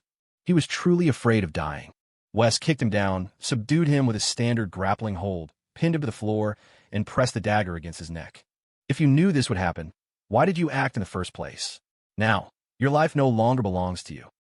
On the other side, inside the Metro Hotel, Ray Young was woken from his sleep by a phone call. Ray pushed himself up with difficulty and answered, "Hello, what is it?" "Boss, something happened." A moment later, Ray's eyes bulged with rage. "What? The clubs were raided? Fuck." He hung up the phone, his face grim. He knew something bad had definitely happened. Away. Ray shouted. "I'll be boss. What are your orders?" The door opened, and a man walked in. "Notify Baz and the others. We leave now. Fast. Also, tell everyone at the clubs to evacuate. Hurry." Ray raged. For hours later, dawn broke. A ray of golden light pierced the night, falling upon the silent city of Chicago. The whole city seemed to slowly awaken with this golden light. Inside West 4 Group, Ethan and Victor sat in front of the floor-to-ceiling window, drinking coffee. The ashtray on the table was already full of cigarette butts. Ethan turned to look out the window and said calmly, "It should be over." Victor shook his head. "The Thunder Bay crew are rats. It might not end this quickly. At least, there should be some harvest." Ethan finally revealed a smile. Knock, knock, knock. A knock at the door, then Dan Drake opened the office door. "Boss, Wes, Camel, and the others are back." Immediately, Wes, Sterling, Duke Drake, and Camel walked quickly into the office. "Huh, Victor, Mr. Ford, we caught that Wolfie guy." Camel laughed loudly, his black jacket stained with blood. Wes bowed slightly. "Boss, the man is in the parking lot. How should we handle him?" Ethan stood up, walked over, handed cigarettes to the men, and patted Wes on the shoulder. "Thanks for your hard work." "Just doing my job." Wes grinned. Ethan smiled. "Leave the man to Camel to handle. He's good at it." No problem. I certainly am." Camel laughed, feeling very happy to be acknowledged. Victor stood up and asked, "What about that old ghost Ray Young? Did you catch him?" Camel shook his head, regretting. "When we got to the Metro Hotel, we didn't see a soul. But from the scene, it looked like they had just run." Ethan said coldly, "Now he's really become a rat. But as long as he's still in Chicago, we'll catch him sooner or later." Noon. Lawson Finance Company. Leo Lawson lay in his boss's chair, eyes closed, resting. After working all night, he was exhausted. The door opened, and Lenny Lawson walked in, grinning triumphantly. "Bro, old dog Zhao just sent us a gift." Old dog Zhao was another loan shark they often did business with, sometimes collaborating, sometimes competing, always looking down on each other. "Sent us a gift?" Leo opened his eyes, which were bloodshot. "Yeah, he sent a fruit basket and called me personally, wanted to invite us to dinner." Lenny laughed. "That old dog Zhao has a quick mind and fast news," Leo sneered disdainfully. Surely the news of them dealing with Thunder Bay last night had spread, and Zhao rushed over to curry favor the moment he heard. Lenny smoked a cigarette and laughed. Bro, knowing we were the ones who made the move last night, that old dog was so scared he almost called me big brother." Leo glared at him and cursed. "Fuck, do you really think you're hot shit? What the hell are you thinking?" Lenny was stunned by the scolding, confused. Leo sat up, stared at him, and said, "Old dog Zhao is afraid of the people behind us. Everyone knows. Could we take down Thunder Bay by ourselves? Think with your toes. He's afraid of West 4 Group of Mr. Ford. He's giving face to Mr. Ford. What does it have to do with you?" Lenny finally realized, smiling sheepishly. "Yeah, bro, I get it. I'll keep a low profile. His smugness was instantly extinguished. Leo huffed. "Brother, when we do things in the future, remember to be cautious. Before, what you did only represented yourself. Now it's different. Before you act, think about Mr. Ford. If you get into trouble, how do you think Mr. Ford will deal with you? Thunder Bay is the example." Thinking of this, Lenny felt like a bucket of cold water had been poured over him, instantly sobering him up. After working for Mr. For last night, his reputation was out, but similarly, in the eyes of others, he also represented Mr. Ford. West Ford Group had immense wealth and power, and was extremely close to Victor Vane. Now that Thunder Bay was broken, the entire city of Chicago had to watch Mr. Ford's expression. With Mr. Ford covering them, they were naturally as steady as Mount Tai. But if they displeased Mr. Ford, they could be removed at any time. Yes, yes, big brother, I understand. Lenny nodded repeatedly. Leo took out a cigarette, lit it, and mused for a moment. I'm thinking, maybe we should stop the loan sharking. Let's just follow Mr. Ford completely. It makes way more money than loans. Oh, bro, let go of it all. Lenny was a bit reluctant. Listen to me. Leo glared at him and made the decision. Late at night, Ethan returned to the Mill residential compound. His parents were asleep, so he quietly called Grace. Just back from work, he was a bit hungry and wanted Grace's noodles. A moment later, the door opened. Grace appeared in her pajamas, her long black hair cascading over her shoulders, her figure slender and inviting. The dummy finally decided to come back. Grace pouted. Just finished up. Grace, I'm hungry. Got anything to eat? How about you make me some noodles? Ethan looked expectant. Huh? What? What are you saying? Honestly, Grace blushed, glaring at him. Ethan paused, grinning mischievously. I said noodles. What did you think I said? Well, I meant noodles too. Grace argued stubbornly. All right, I got it. Can you make noodles for me? Ethan asked with a smile. Starvey, come in. I'll cook for you. Grace quickly changed her phrasing. Inside, Ethan sat at the dining table, waiting for Grace to cook. Not long after, Grace brought out a steaming bowl of egg noodles and placed it in front of him. Eat up, dummy. Careful, it's hot, Grace reminded him. Okay. Let me taste if your skills have improved. Ethan laughed, picking up a chopstick full of noodles, blowing on them, and slurping them into his mouth. Grace watched him expectantly, waiting for his evaluation. She might not know how to cook many dishes, but when it came to noodles, she felt she was practiced. She had optimized every step. It should be better than before, right? Seeing Ethan tasting carefully without speaking, she felt like a cat was scratching at her heart. Hey, dummy, say something. How is it? She couldn't help but urge. Ethan pinched her nose and laughed. Delicious. Very delicious. You've improved. Really? You're not just humoring me? She asked joyfully. It felt like the first time she had received such high praise after making it so many times. Of course. The texture is just right. Seems you mastered the heat perfectly, Ethan praised. But there's still a tiny bit of room for improvement in the seasoning. Just a tiny bit less salt. Next time I'll make it for you again to demonstrate. She nodded happily. Okay. Ethan asked casually. So, do you like them softer or harder? Grace tapped her chin, thinking. I prefer them harder. Oh, I get it. Ethan drawled, laughing wickedly. Grace seemed to realize the ambiguity in an instant, pinching the soft flesh at his waist, annoyed and shy. Dummy, you're such a big villain. Ethan chuckled. Men aren't bad. Women don't love them, right? But, Grace, your mind works pretty fast. Huh. After so much development, Grace was familiar with the drilling project talk. She wasn't as innocent as before. Grace blushed and snatched the bowl away. Hateful. Then I won't let you eat. Ethan put on a pitiful look. Little Grace, I'm hungry. Grace couldn't stand it. Her heart softened, and she returned the noodles to him. Eat, look how thin you've gotten. Ethan snickered. You still care about me. Little Grace, pass me some soy sauce while you're at it. Grace. Okay, now you dare to order me around?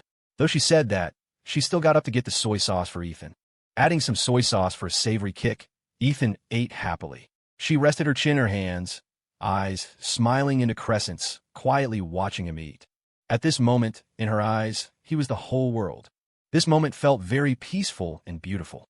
Life should be like this, shouldn't it? Work during the day, eat with the person you like at night, wash dishes together, walk together, chat together. Simple and plain as true. Chin in hands, she suddenly whispered, Ethan, let's get married. Married? Ethan stuffed a mouthful of noodles, looking at her in astonishment. He wasn't surprised by the idea of marriage itself, but by the fact that she had previously considered waiting until after her junior year internship. Now, she was suddenly proposing it. Grace, have you thought this through? Ethan swallowed the noodles, asking joyfully. Grace nodded seriously. I've thought about it. Actually, getting married earlier is good too, because... She didn't finish the sentence. Ethan asked curiously, because what?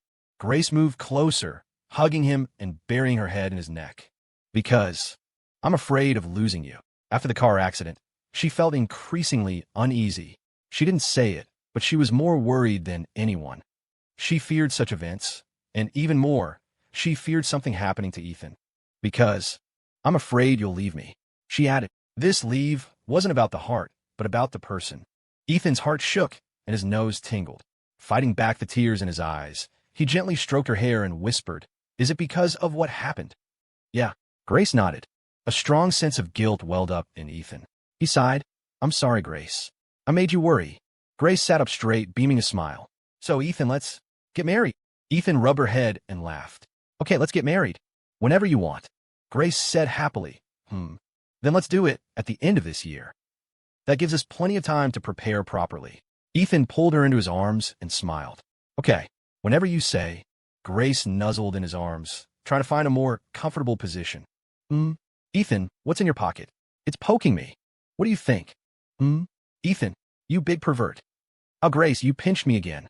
You started it." Didn't you say you were a gentleman who stays calm?" "Did I? What did I say that? I absolutely never said that." "Ethan, your skin is thicker than a city wall. Ahaha, don't tickle me." While the two were playing around at the dining table, footsteps approached. "Ethan, Grace, what are you doing?" Lily Miller looked at the two in shock.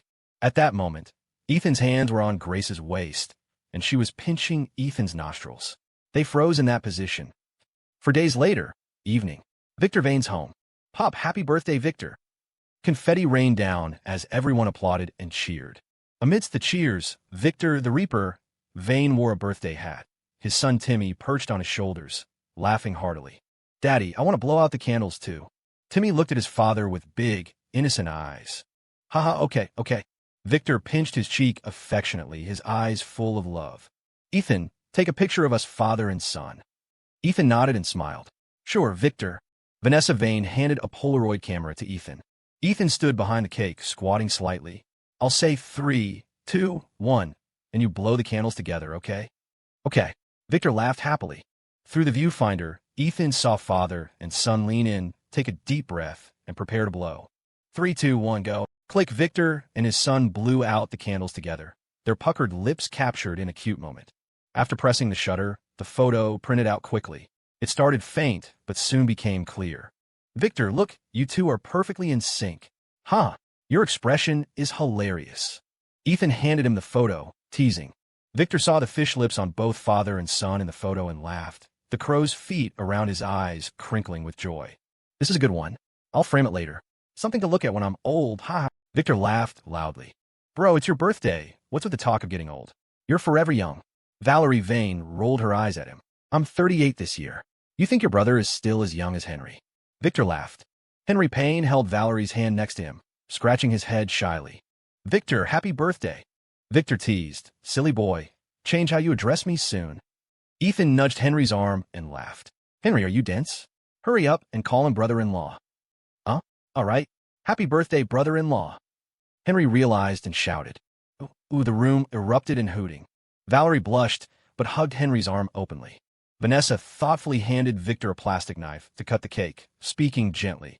"All right, hurry up and cut your cake." Looking at his gentle and virtuous wife, Victor grinned foolishly and took the knife.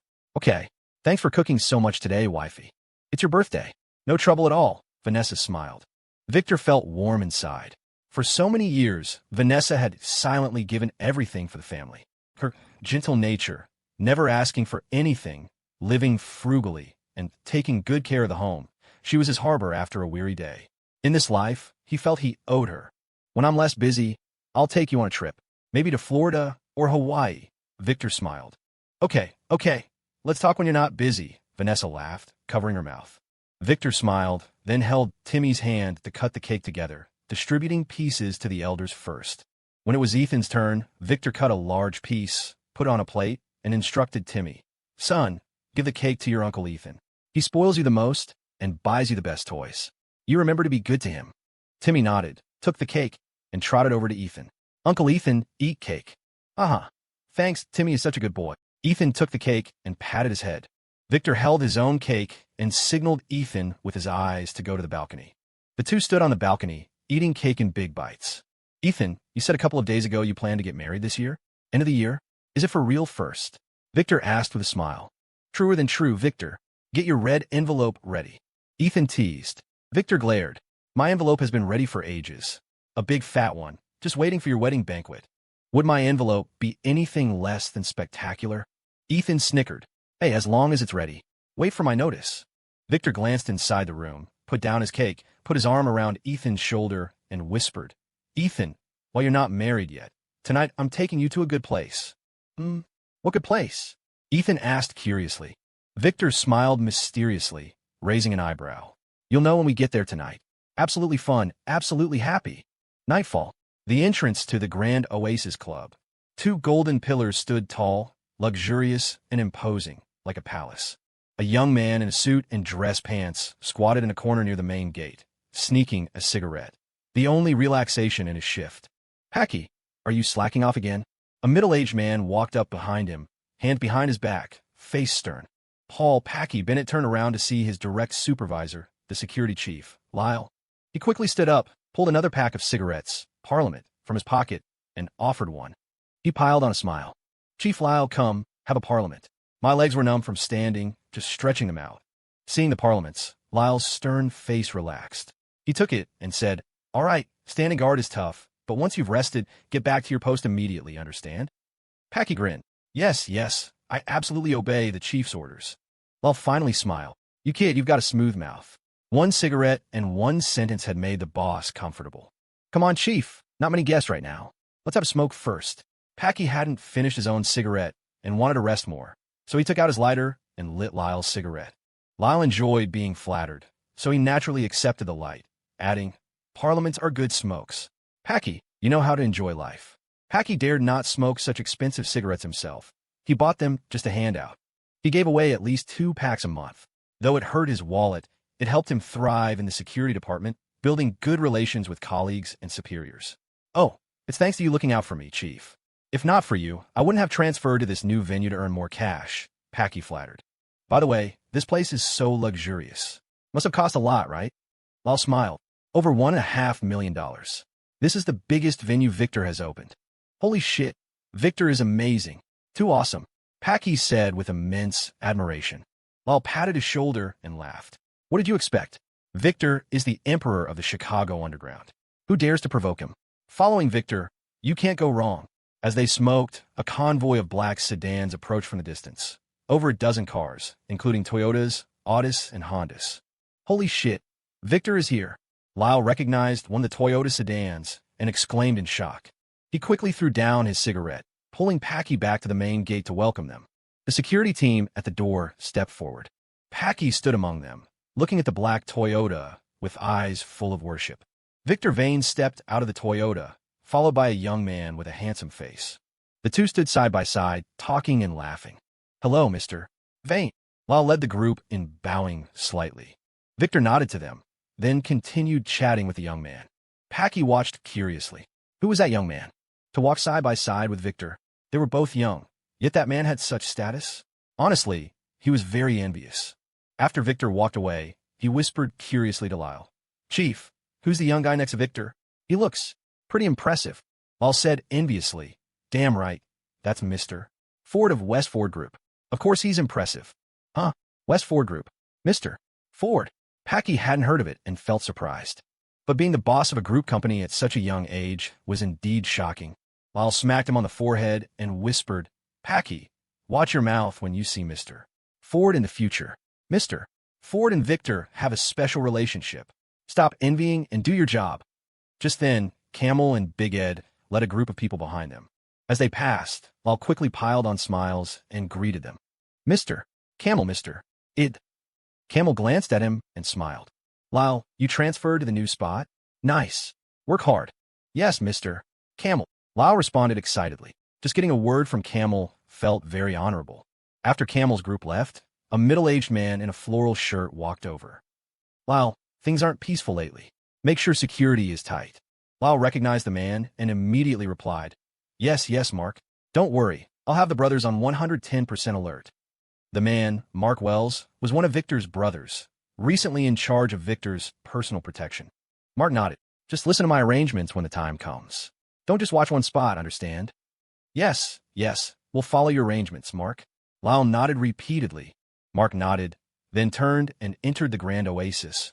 Inside the Grand Oasis Club, it was resplendent and extremely luxurious, with 7 floors total, featuring baths, saunas, massages, and entertainment facilities. At this moment, in the luxury bath area on the 7th floor, Victor, Ethan, and Henry Payne were soaking in the pool. Hee hee, Ethan, what do you think? Nice place, right? Victor laughed proudly. It is indeed a nice place. Ethan twitched his lips as he watched female servers in short skirts walking around the pool area. He had to admit, Victor had quite the insight into the entertainment business. Just this aspect had the male psyche pinned down perfectly. Female servers in a male bath area, usually only found in sleazy joints, but here, in a non-sleazy place, it was even more effective. I spent over $1.5 million to set this place up. It's the biggest bath center in Chicago. Do you think I can earn it back? Victor tested Ethan. A business you have your eye on, Victor? How can not make money?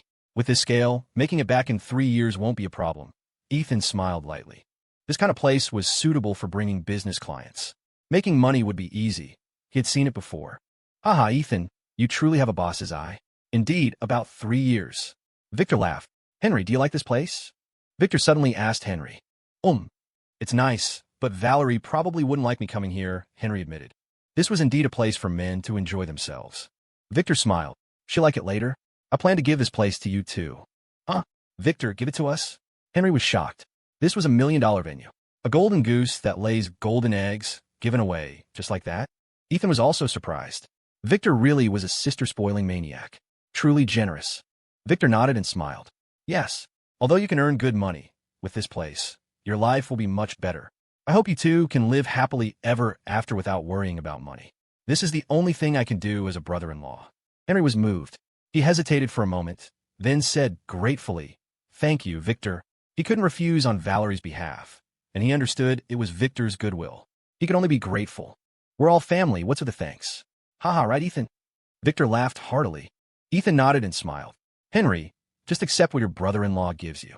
Henry chuckled and scratched his head. At this moment, Mark Wells walked over and smiled at Victor. Victor, should we prepare the sauna room now? Haha, no ruse. Mark, want to jump in and soak? Victor waved and laughed. No thanks, Victor. I have to take the brothers to patrol the other floors. You guys enjoy, Mark said respectfully. With that, Mark turned and left, his expression gradually darkening. After soaking in the hot pool for the better part of an hour, the 3 men changed into sauna suits and headed for the steam room. Inside, the steam was thick and suffocating, like a giant pressure cooker forcing the sweat from their pores. Ethan Ford and Victor, the Reaper, Vane seemed accustomed to the intense heat, finding it relaxing. But Henry Payne was already slumped in his chair, gasping for air. It was his first time, and he wasn't handling it well. Seeing his state, Ethan chuckled. Haha, Henry, tapping out already? Henry managed an awkward smile. Ethan, it's my first time. Just give me a minute to get used to it. Calm your mind, Ethan advised. Sit still, breathe slowly, and just enjoy the sensation of sweating. It'll feel much better. The key to a sauna was not to gasp for air, but to control one's breathing and relax. Henry followed Ethan's advice, sitting up and regulating his breath. Sure enough, the discomfort faded, replaced by a warm, soothing sensation as the sweat poured off him. Victor laughed. That's the way, Henry. Learn from Ethan. Once you're out in the world, you need to know a little bit of everything. Otherwise, you'll embarrass yourself when talking business. Got it, Vic, Henry replied with a grin. After the sauna and another soak, they went up to the 7th floor for a massage. The full-service treatment left them all feeling loose and relaxed as they moved to the private lounge for coffee. Inside the lounge, Victor poured cups from a glass carafe for Ethan and Henry. He smiled. Ethan, try this. See if you can tell me what bean this is. Ethan took a sip, raising an eyebrow. Ethiopian Yirgachev. Huh, Ethan, you've got a sharp tongue. Victor laughed loudly. Henry took a few gulps, but couldn't tell the difference. He shook his head. Ethan's the expert. I just thought it was regular coffee. Ethan smiled. Regular diner coffee is usually a blend of Robusta and Arabica, often over-roasted. This is a single-origin Arabica, specifically from the Yirgachev region. The processing method, the altitude, and the roast profile all affect the flavor. This one has distinct floral and citrus notes, very complex. It has a sweet finish if you savor it. Henry looked a bit lost. He hadn't realized there was so much depth to a cup of joe. Ethan, you're practically a sommelier. Victor asked with a smile. Tasting coffee is like tasting life. So, Ethan, Do you prefer a complex medium roast or a light roast? Ethan paused, contemplating. Actually, I prefer a light blonde roast. It's raw, acidic, and harder to control. The roaster can't hide behind the char. So, you like it unpredictable? Victor pressed. Ethan remained silent, but nodded. Henry listened to their exchange, feeling like they were speaking in code. The words seemed to carry a heavier meaning he couldn't quite grasp. Victor took a sip. But it doesn't have the depth of a medium roast like this one, does it? Ethan shook his head and smiled. Depth is good, but sometimes it gets muddy. I'm not a fan of muddy. Victor turned to Henry. Henry, you like this, right? Henry nodded earnestly. It tastes good, but to be honest, it doesn't matter what kind of coffee it is. I can't really tell. As long as it's wet and I'm thirsty, it works for me. Victor and Ethan laughed almost simultaneously. Henry scratched his head, puzzled. What were they laughing at? Was his answer that funny? He didn't think so. Henry fits the bill, Ethan said, still smiling. Victor nodded. Yeah, he fits. Henry was even more confused. What kind of riddles were they speaking? Suddenly, Victor's phone rang. He answered it, his brow furrowing as he listened. Someone's looking for me. All right, I got it. Wait there. Victor hung up and stood. Old Mark says a friend is downstairs looking for me. I'll go see what it's about. You guys sit tight. I'll be right back. Sure thing, Vic. Go handle your business, Ethan said. Victor opened the door and left the lounge. Henry leaned in toward Ethan. Ethan, what were you guys laughing about earlier? Ethan grinned. Figure it out yourself. Meanwhile, Victor Vane took the elevator down to the lobby. The lobby was empty, eerily quiet. Mark, Victor called out, standing in the center of the hall. There was no answer. Just as suspicion began to rise, a chaotic, heavy footsteps erupted from all directions. Bang! Someone kicked open the fire exit doors behind him. Victor spun around. A group of young men in black jackets, red ribbons tied around their wrists, were marching toward him fast. And they were all holding gleaming steel, machetes and pipes. Fuck. Victor Vane, today is your funeral. One of the thugs, a buzz-cut youth, screamed viciously. Victor's heart sank. He scanned the room. People were pouring out from every exit. They were all Thunder Bay crew. Ray Young's men. Damn it, it's an ambush. Where were his security guys? How did Ray's people get in? Countless questions flashed through his mind, but reality didn't allow him time to think. The mob was closing in. Fuck. $1 million to the man who kills Victor Vane. The buzz-cut thug raised his weapon and shouted. The crowd behind him, like wolves scenting blood, went into a frenzy, their eyes locked on Victor. But Victor didn't flinch. Facing nearly 100 enemies, his expression remained stony. You want my life? Come and take it. As the words left his mouth, Victor narrowed his eyes and charged. He closed the distance in 3 strides, landing a devastating punch on the lead thug, then snatched the machete from the guy's grip. Get him! Kill him! The buzz-cut thug roared, swinging his blade. The mob swarmed. Victor withstood the rain of blows, swinging his weapon with wide, brutal arcs, literally carving a bloody path through the crowd. But at the same time, his body was accumulating cuts. Blood was soaking his shirt. Crunch! Victor brought his blade down, lodging it in the thug's shoulder. With a roar, he severed the man's arm. Blood sprayed, dyeing Victor red, making him look like a demon straight out of hell. The sight was so shocking that for a moment, the Thunder Bay goons froze. Victor was covered in countless wounds, yet he seemed to feel no pain. His face was cold, hard iron. He grabbed a fresh machete from the floor and pointed it at the crowd. Come on, come get some. His voice was dripping with icy, murderous intent. The Thunder Bay crowd hesitated, intimidated by Victor's sheer ferocity. Fear crept into their eyes. Was this guy even human? How was he still standing? At that moment, a familiar figure stepped out from the crowd. It was Barry Baz Mitchell. Baz stared coldly at Victor. Victor, today is your birthday. And it's also your death day. $2 million for his head. Under the heavy reward, courage returned to the mob. Motivated by greed, the group raised their weapons and charged again. Victor knew that if he stayed surrounded here, he was finished. He turned and sprinted toward the elevator bank. The hallway was narrow, flanked by large stone statues, only allowing a few men abreast. As he ran, Victor toppled the statues, crushing the legs of the front pursuers and creating a barricade that momentarily jammed the hallway. He reached the elevator and saw it was descending, arriving at the first floor. A smile of relief touched his lips. If he could get on the elevator, he might have a chance. But when the doors opened, Victor's smile froze. Inside the elevator stood a dozen Thunder Bay thugs, holding iron bars and machetes. They looked at him with sneering grins. Victor looked at the massive mob behind him, then at the dozen men in the elevator. Fuck. With a curse, he raised his blade and charged into the elevator. The elevator doors slowly slid shut. Inside the cramped metal box, steel flashed and blood sprayed. The elevator jerked as it began to ascend. Victor Vane bit down on his teeth, swinging his machete mechanically. He had forgotten pain, forgotten reason. He was fighting on pure animal instinct. He was covered in cuts, a man made of blood. In the chaos, a thug stabbed him twice in the stomach. Victor grabbed the guy by the hair with one hand and slashed his throat with the other. Arterial spray painted the walls. In this rain of blood, everyone lost their minds. Fear vanished, replaced by a red haze as they hacked and stabbed at Victor one after another. Victor's eyes were cold ice. He grabbed one of the thugs, using the body as a human shield, blocking blows as he chopped down anyone within reach. The elevator stopped. Ding! The doors to the 7th floor slowly opened, revealing a scene from purgatory. Blood and limbs were everywhere. A dozen men lay in pools of crimson that began to trickle out into the hallway. In the corner of the elevator, Victor sat atop a pile of bodies, leaning against the wall.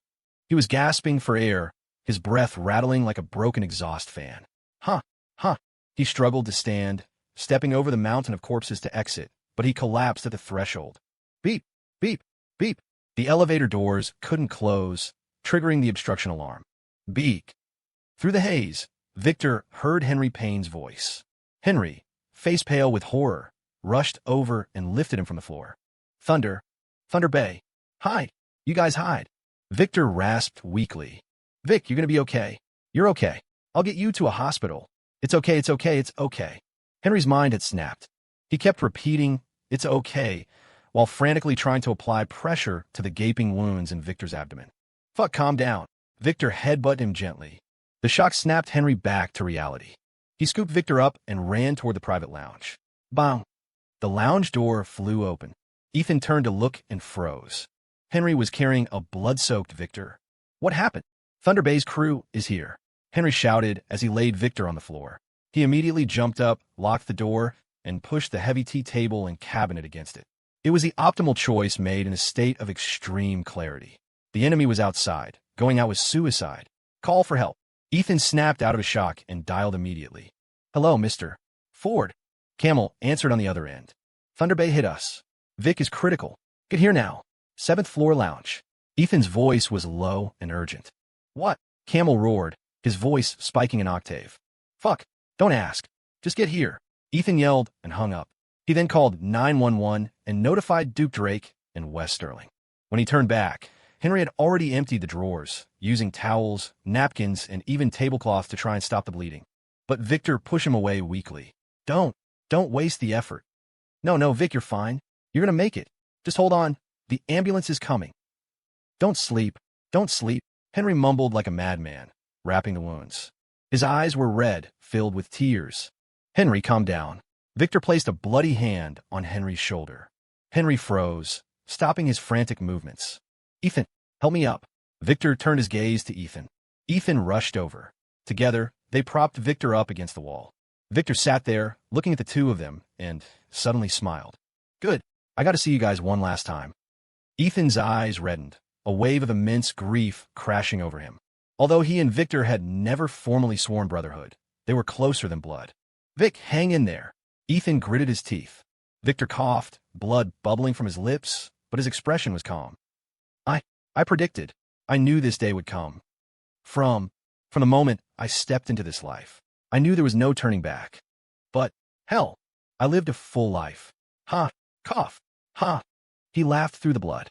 His eyes still held that arrogant, unconquerable fire. He grabbed Ethan's hand, breathing heavily.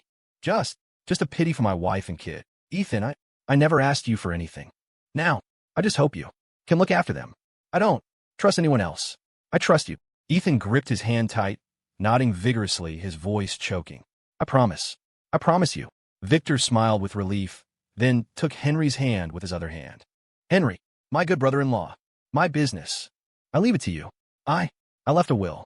Your sister and Valerie. They know what I want. Henry shook his head, whispering, No, that's yours. You have to run it yourself. I have my own job. I don't want to worry about yours. Victor's hand trembled as he reached up to touch Henry's face, smiling. You're a lot like how I used to be. Heh. Victor turned back to Ethan. Ethan, give me a smoke. Ethan immediately pulled a pack from his pocket, put a cigarette in Victor's mouth, and lit it. But before he could take a drag, Victor's hands went limp and dropped to the floor. His chest stopped moving. The lounge fell into a dead silence. Ethan could only hear his own rapid breathing and heartbeat. His mind went blank. Beak. Beak.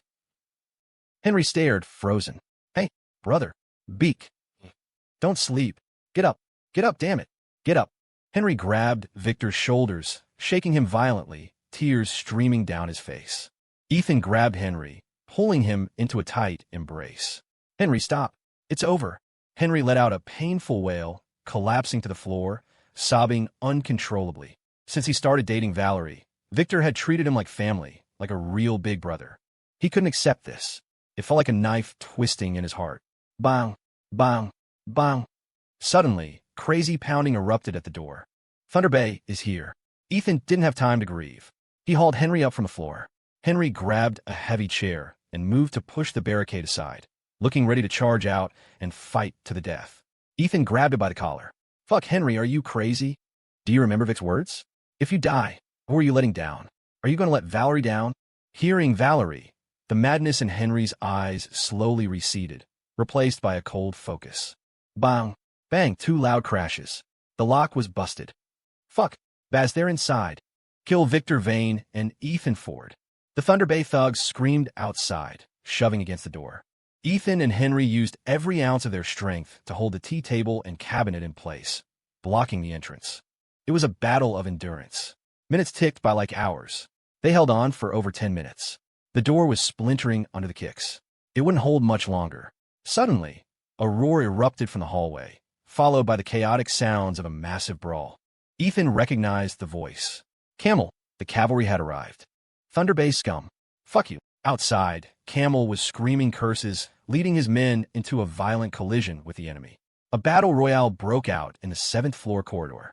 Barry Baz. Mitchell stood by the emergency exit.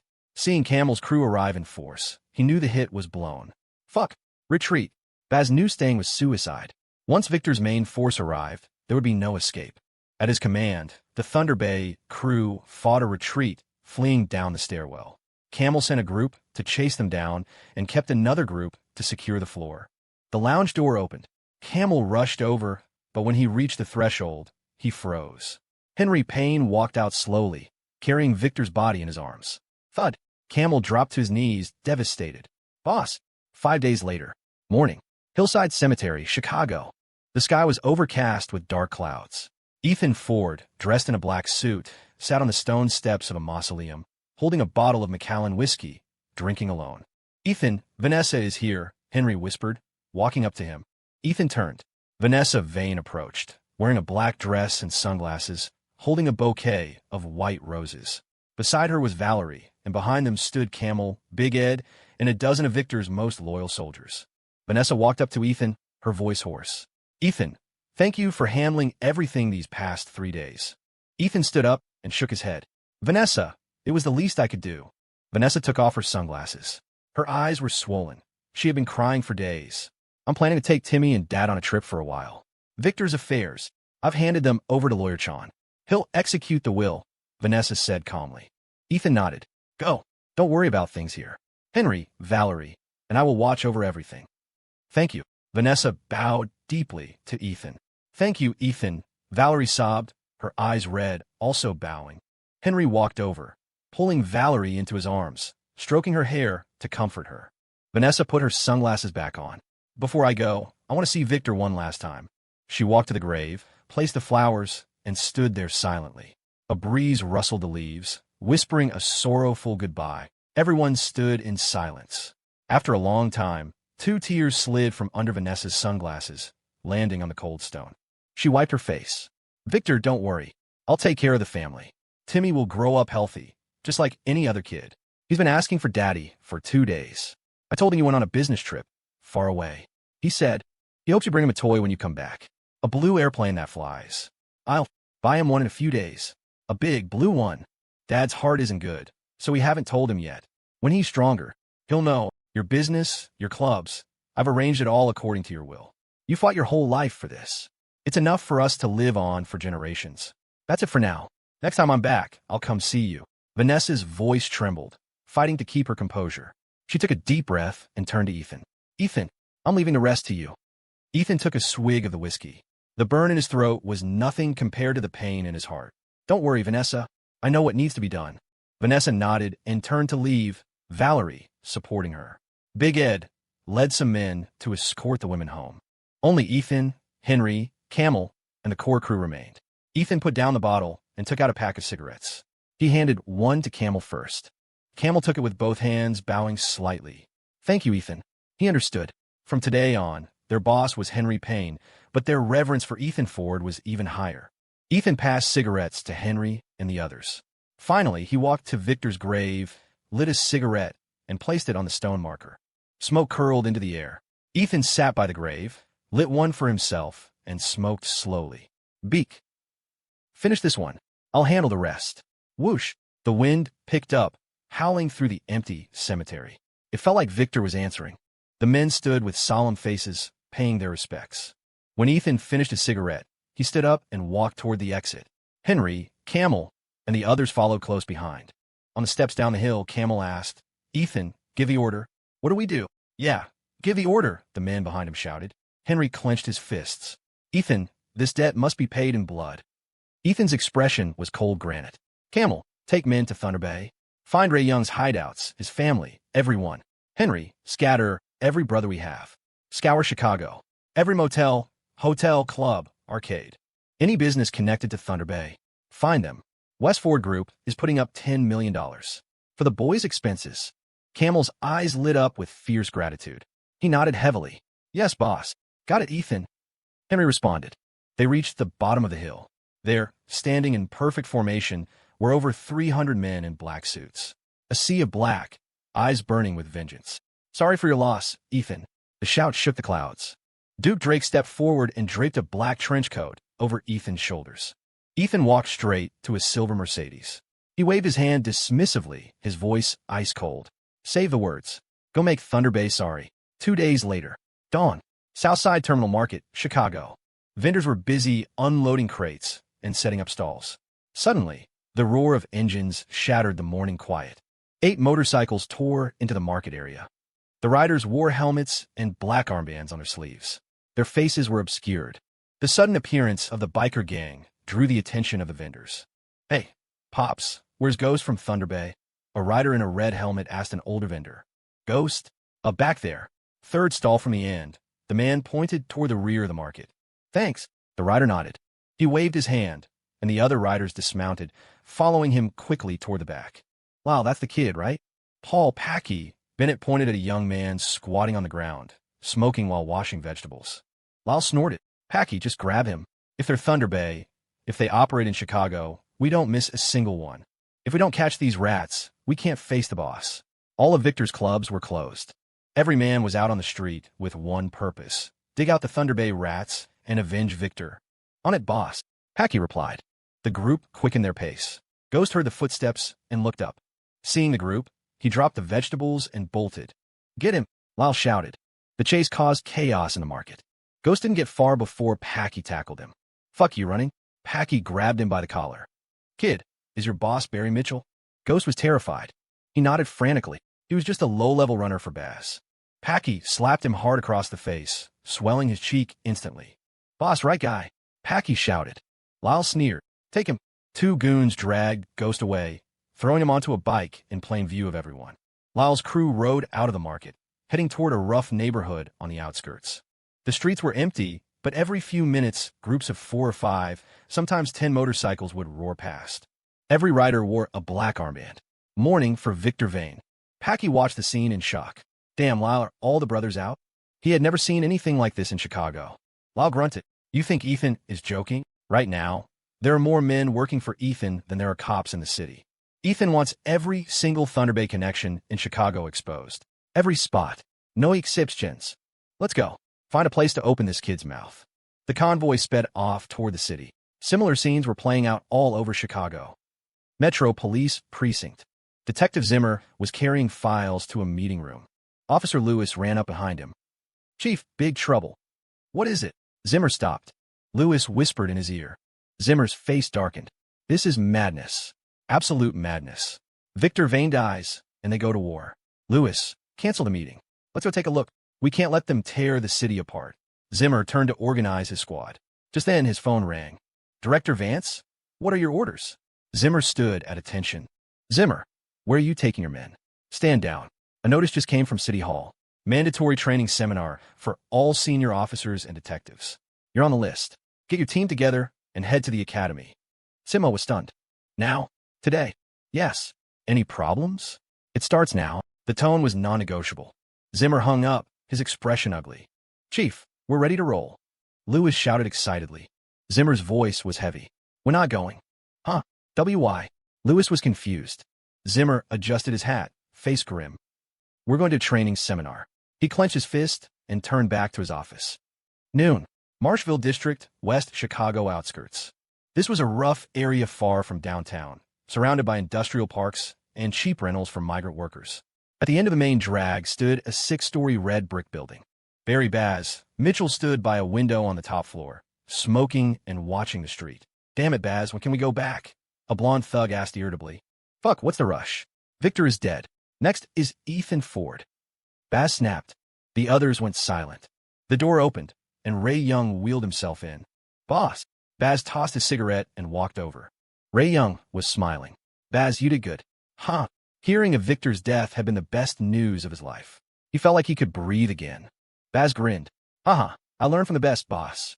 That kid Mark Wells was useful. Ray nodded. Use your brain, not just your muscle. Ethan is hunting us right now. Lay low. Once the heat dies down, we take Chicago back. Right, boss. This place is safe. Even if Ethan flips the city upside down, he won't look here. Huh. Ray Young had prepared this safe house for exactly this scenario. A cunning rabbit has 3 burrows. Ray thought for a moment.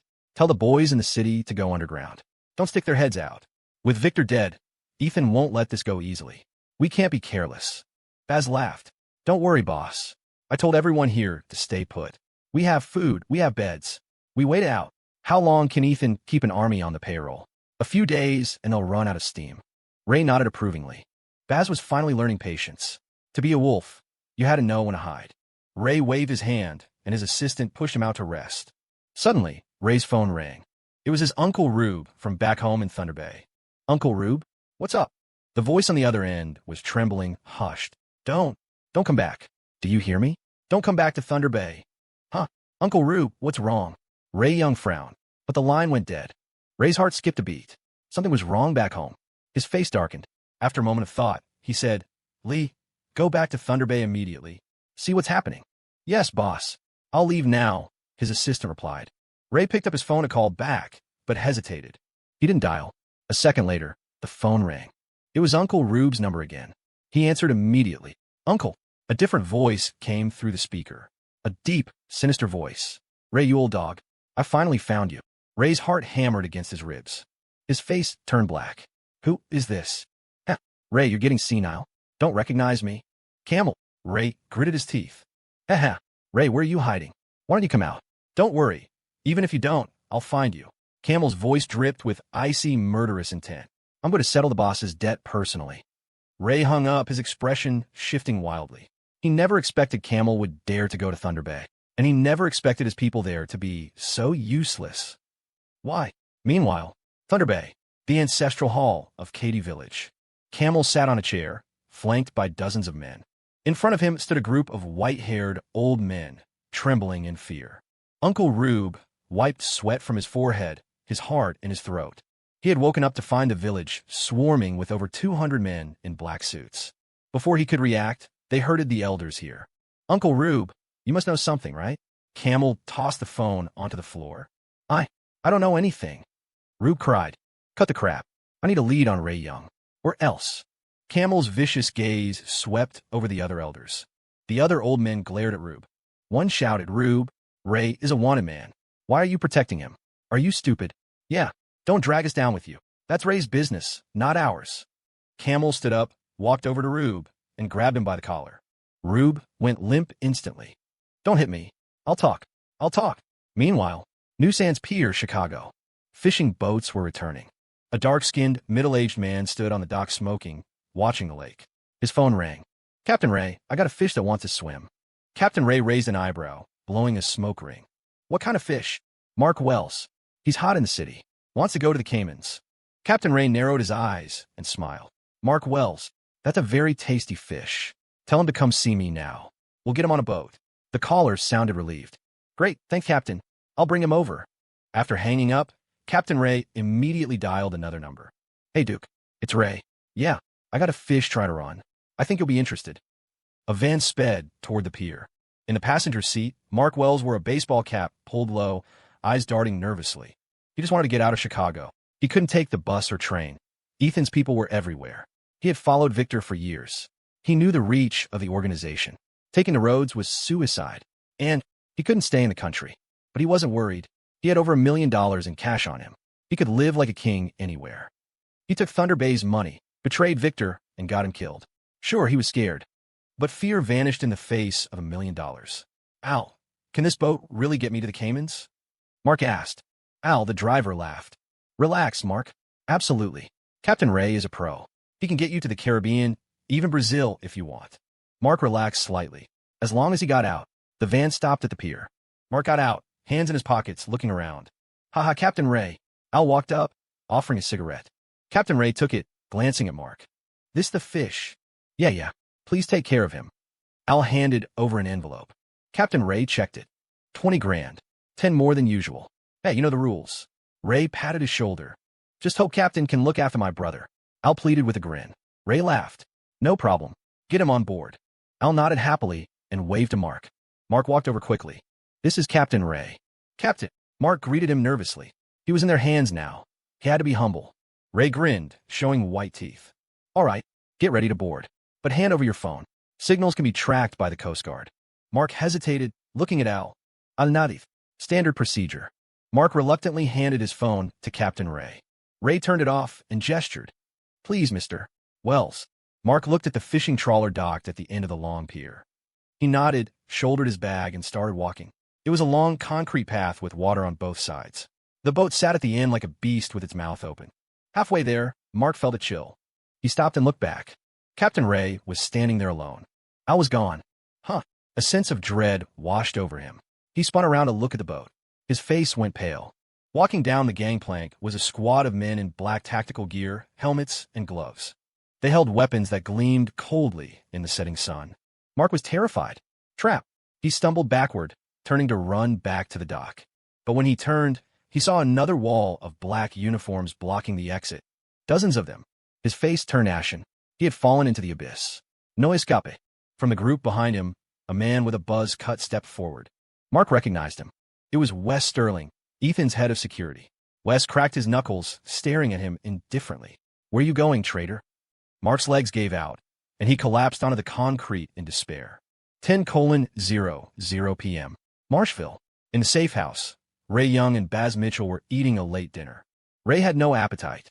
He stared at the phone on the table, waiting for news. Boss, not hungry? Baz asked. Can't eat. Mine's racing. You eat, Ray muttered. Baz knew he was worried. Boss, relax. Even if Camel went to Thunder Bay, what can he do? Those old geezers don't know where we are. Ray looked at him. Baz, are you sure you collected everyone's phones?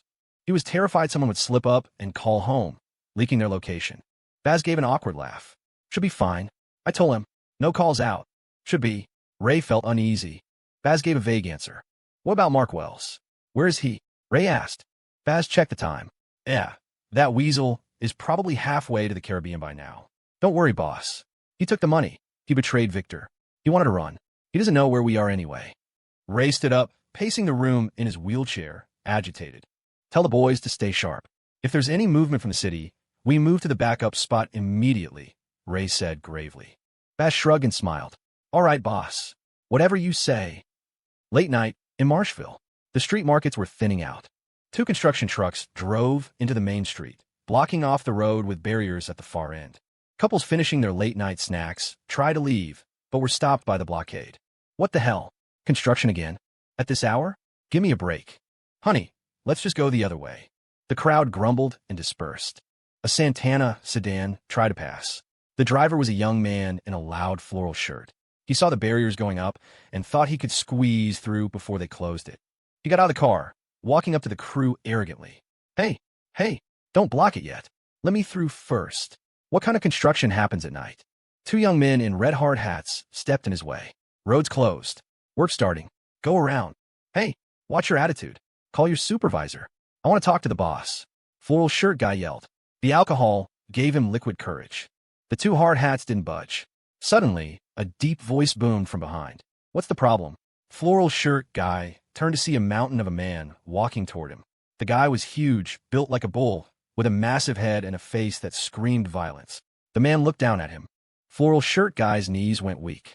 His courage evaporated instantly. BB big brother. I was just asking. Just asking. No problem, he stammered, waving his hands. Then get lost, the big man growled. One glare was enough. The guy scrambled back to his car, U-turned, and sped off. Holy shit. Who were those guys? He thought, terrified. A young man ran up to the big guy. Big Ed rode his sealed. Big Ed nodded, his eyes cold. Boys, get ready. Time to catch some rats. Don't let a single one slip. At the other end of the street, the road was also blocked. The two trucks had sealed off a 200-meter stretch of Marshville. Inside the safe house, Baz Mitchell finished eating and went to the window to smoke. He opened the window and noticed the street lights were out. Huh, why is it dark? He lit his cigarette, craning his neck. It was pitch black outside. Only the lights from the building were on. Black dog, Baz shouted. A skinny guy ran in. Yeah, Baz. Baz pointed outside. Take two, guys. Check the lights. If they're blown, get someone to fix them tomorrow. Without lights, his lookouts were blind. On it, Black Dog replied and left. A moment later, Black Dog and two thugs walked out with flashlights. Suddenly, the roar of engines erupted from the darkness. Cars. Black Dog shone his light. A bus appeared, then another, and another. 3, 4, 5. Over a dozen buses pulled up on the right side of the road, followed by a convoy of vans and black sedans on the left. It was dizzying. Headlights flooded the street, blindingly bright. The lights cut, and from the vehicles poured a sea of men in black suits. Each wore white labor gloves and carried a machete, pipe, or bat. Looking out, there were at least 500 men. Black Dog froze, his scalp tingling with terror. Holy shit. Fuck. Bad. Run. Go back. His legs turned to jelly. He stumbled, turning to run back to the house. But when he looked back, the other end of the street was also filled with men. Countless heads, a black mass like storm clouds, pressing in. Run. Black Dog screamed, face pale as a ghost, sprinting for the door. The two waves of black-clad men converged on the house. Camel stood at the front. He spit out his cigarette, pulled on his gloves, and hefted a machete. Fuck. Finally found the rats. Beside him stood Wes Sterling. Wes silently adjusted his tactical gloves and put on a white helmet. All right, time to work. Camel's face was grim. Yeah, time to pay the debt. Smash it. The crowd parted. An SUV revved its engine and accelerated, slamming straight into the front gate of the house. Crash. The dozen Thunder Bay thugs inside were stunned. What followed scared the soul out of them. Outside, a black tide of men surged forward, engulfing everything. The ground floor of the safe house erupted into chaos. Steel clashed, men screamed, and bones snapped. Camel, machete in hand, strode forward, hacking through anyone foolish enough to stand in his way. Ray Young, Baz, get your asses out here. Camel's eyes were red with rage, locked on the stairs. Suddenly, a thug lunged from the left with a switchblade. Camel raised his left hand to block it raw, but a blur of motion intercepted the attacker. A kick sent the thug flying. Focus on the job, Wes Sterling said indifferently, flipping up his visor. Thanks, Camel grunted. The kicked thug, eyes bloodshot with adrenaline, scrambled up and charged Wes. Wes moved with terrifying agility. He dodged the blade, grabbed the thug by the throat with his left hand, and his right hand, holding a combat knife, moved faster than the eye could see. The surrounding thugs froze in horror. In 1 second, Wes had stabbed him countless times. It was too fast to count. The remaining Thunder Bay goons backed away, terror written on their faces. They were looking at the god of death. Wes dropped the limp body. He wiped his blade. He walked forward. The thugs scrambled backward. No one dared to engage. Their will to fight shattered. They were swallowed by the black tide. Upstairs, Camel led the charge to the second floor. Baz Mitchell, watching from the landing, felt his scalp go numb seeing the army below. Fuck. Block them. Hold them. Baz shoved his underlings forward. The stairs were narrow. Even with superior numbers, Camel was bottlenecked. The thugs piled furniture to block the path. Baz used the delay to sprint to the third floor. Boss, Ethan's army is here. There's too many. We gotta go. Baz shouted. He had an escape route. Ray Young's face was black. Out the window. Third floor. Smash, smash. Suddenly, the third floor windows shattered inward. Men in black tactical gear and helmets swung on ropes. They used grappling hooks to scale the building. Ray Young was stunned. Holy shit. Rappelling? Who are these guys? Fuck. It's Ethan's security team. Run. Baz screamed. The shout snapped the thugs out of their trance. They grabbed Ray's wheelchair and ran for the back room. Some stayed to fight, but were dropped in seconds by the trained security operators. Baz and the remaining few barricaded themselves in the last room at the end of the hall. Meanwhile, the defenders on the stairs looked back to see security forces coming down from the third floor. Pincered, they collapsed instantly. Camel gave a thumbs up. Damn, you guys are pros. He scanned the room. No white helmet. Wes was gone. He must have gone for Ray. Fuck, get Ray Young. Camel roared, and 200 men surged upward. In the back room, Baz threw down a rope. 3 thugs climbed down to check the escape route through the fields. Quick, lower me down. Ray wheeled himself to the window. Baz hesitated for a split second. Bang! The door shuttered under a massive impact. Baz, what are you doing? Don't leave me. Ray grabbed Baz's leg. Fuck off. Baz kicked Ray away and slid down the rope himself. Crash! The door exploded inward. The black uniforms swarmed in. Don't kill me. Don't kill me. The remaining thugs dropped their weapons and knelt, begging. Ray Young, overturned in his wheelchair, looked at the ceiling with dead eyes. He never thought he would fall like this. And he never thought Baz, the man he raised up, would kick him away to save his own skin. The betrayal hurt more than the fall. It was over. Wes walked into the room, his white helmet speckled with blood. He stared coldly at Ray. Ray Young, Mister, for it said you would pay a heavy price. Ray laughed miserably. I never thought. A lifetime in the game, ending in the hands of a kid. Ethan has guts. Camel rushed in. Seeing Ray, he charged, grabbed him off the floor, and slammed him down again. Fuck you, Ray. You old dog. Camel delivered a slap so hard it knocked Ray's teeth out. Blood sprayed. But it wasn't enough to quell the rage. Fuck. Just kill me if you have the balls. Ray spat blood. Camel smiled cruelly. Kill you? Oh, you're not getting off that easy. Ray felt a chill run down his spine. Commander Sterling, a few runners got away, a security officer reported. Wes sneered. They won't get far. Baz Mitchell hit the ground and was immediately spotted. He took 2 machete slashes to the back, but managed to run with his last 3 guys toward the main road. Pursuers were close behind. They reached the main street. Baz had a motorcycle stashed under a tarp by the roadside. His contingency plan. But ahead, blinding headlights flared. He shielded his eyes. Through the glare, he saw silhouettes and heard the scrape of metal on asphalt. Dead end, asshole. Big Ed grinned, blocking the road. We're done, Baz, a thug cried. Charge back, Baz yelled. The thugs turned to fight. But Baz didn't. He bolted sideways toward the residential buildings. Toward his bike. Fuck. He ripped off the tarp, jammed the key in, and kicked it over. Ecstasy surged through him. I made it. As long as I live, I can come back. He gunned the throttle, aiming straight at Big Ed's blockade. Stop him, Big Ed shouted. Baz accelerated to 60 miles an hour, smashing through a barrier, dodging a truck. Haha, I'm out. He felt the rush of survival. But the next second, a black Santana sedan shot out from a side street at the intersection, directly into his path. BM, a deafening crash. Baz and his bike were launched 30 feet through the air. He slammed into a brick wall, impaled on a jagged water pipe. The force spun his head around 180 degrees. He died instantly, staring at his own back.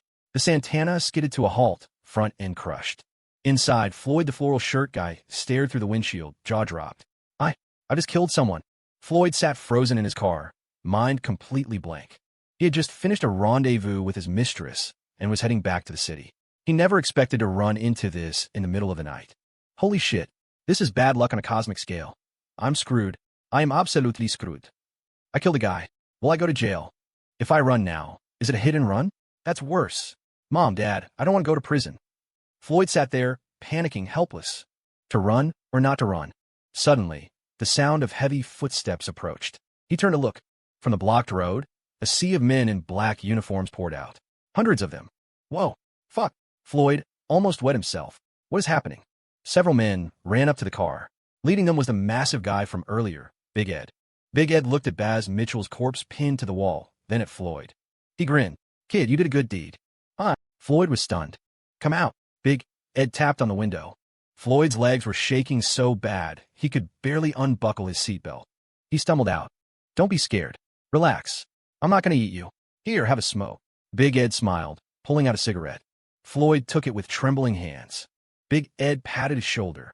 My friend, thanks to you. Otherwise, I would have lost face tonight. BB big brother. I didn't mean to. I really didn't mean to. Floyd looked ready to cry. I know. Heh. Big Ed lit his own cigarette. Here, light up. Don't worry. We'll handle the cleanup. Big Ed lit Floyd's cigarette for him. Floyd didn't dare refuse. He took a drag, face pale. He looked toward the road. More and more men in black were gathering. 700 of them.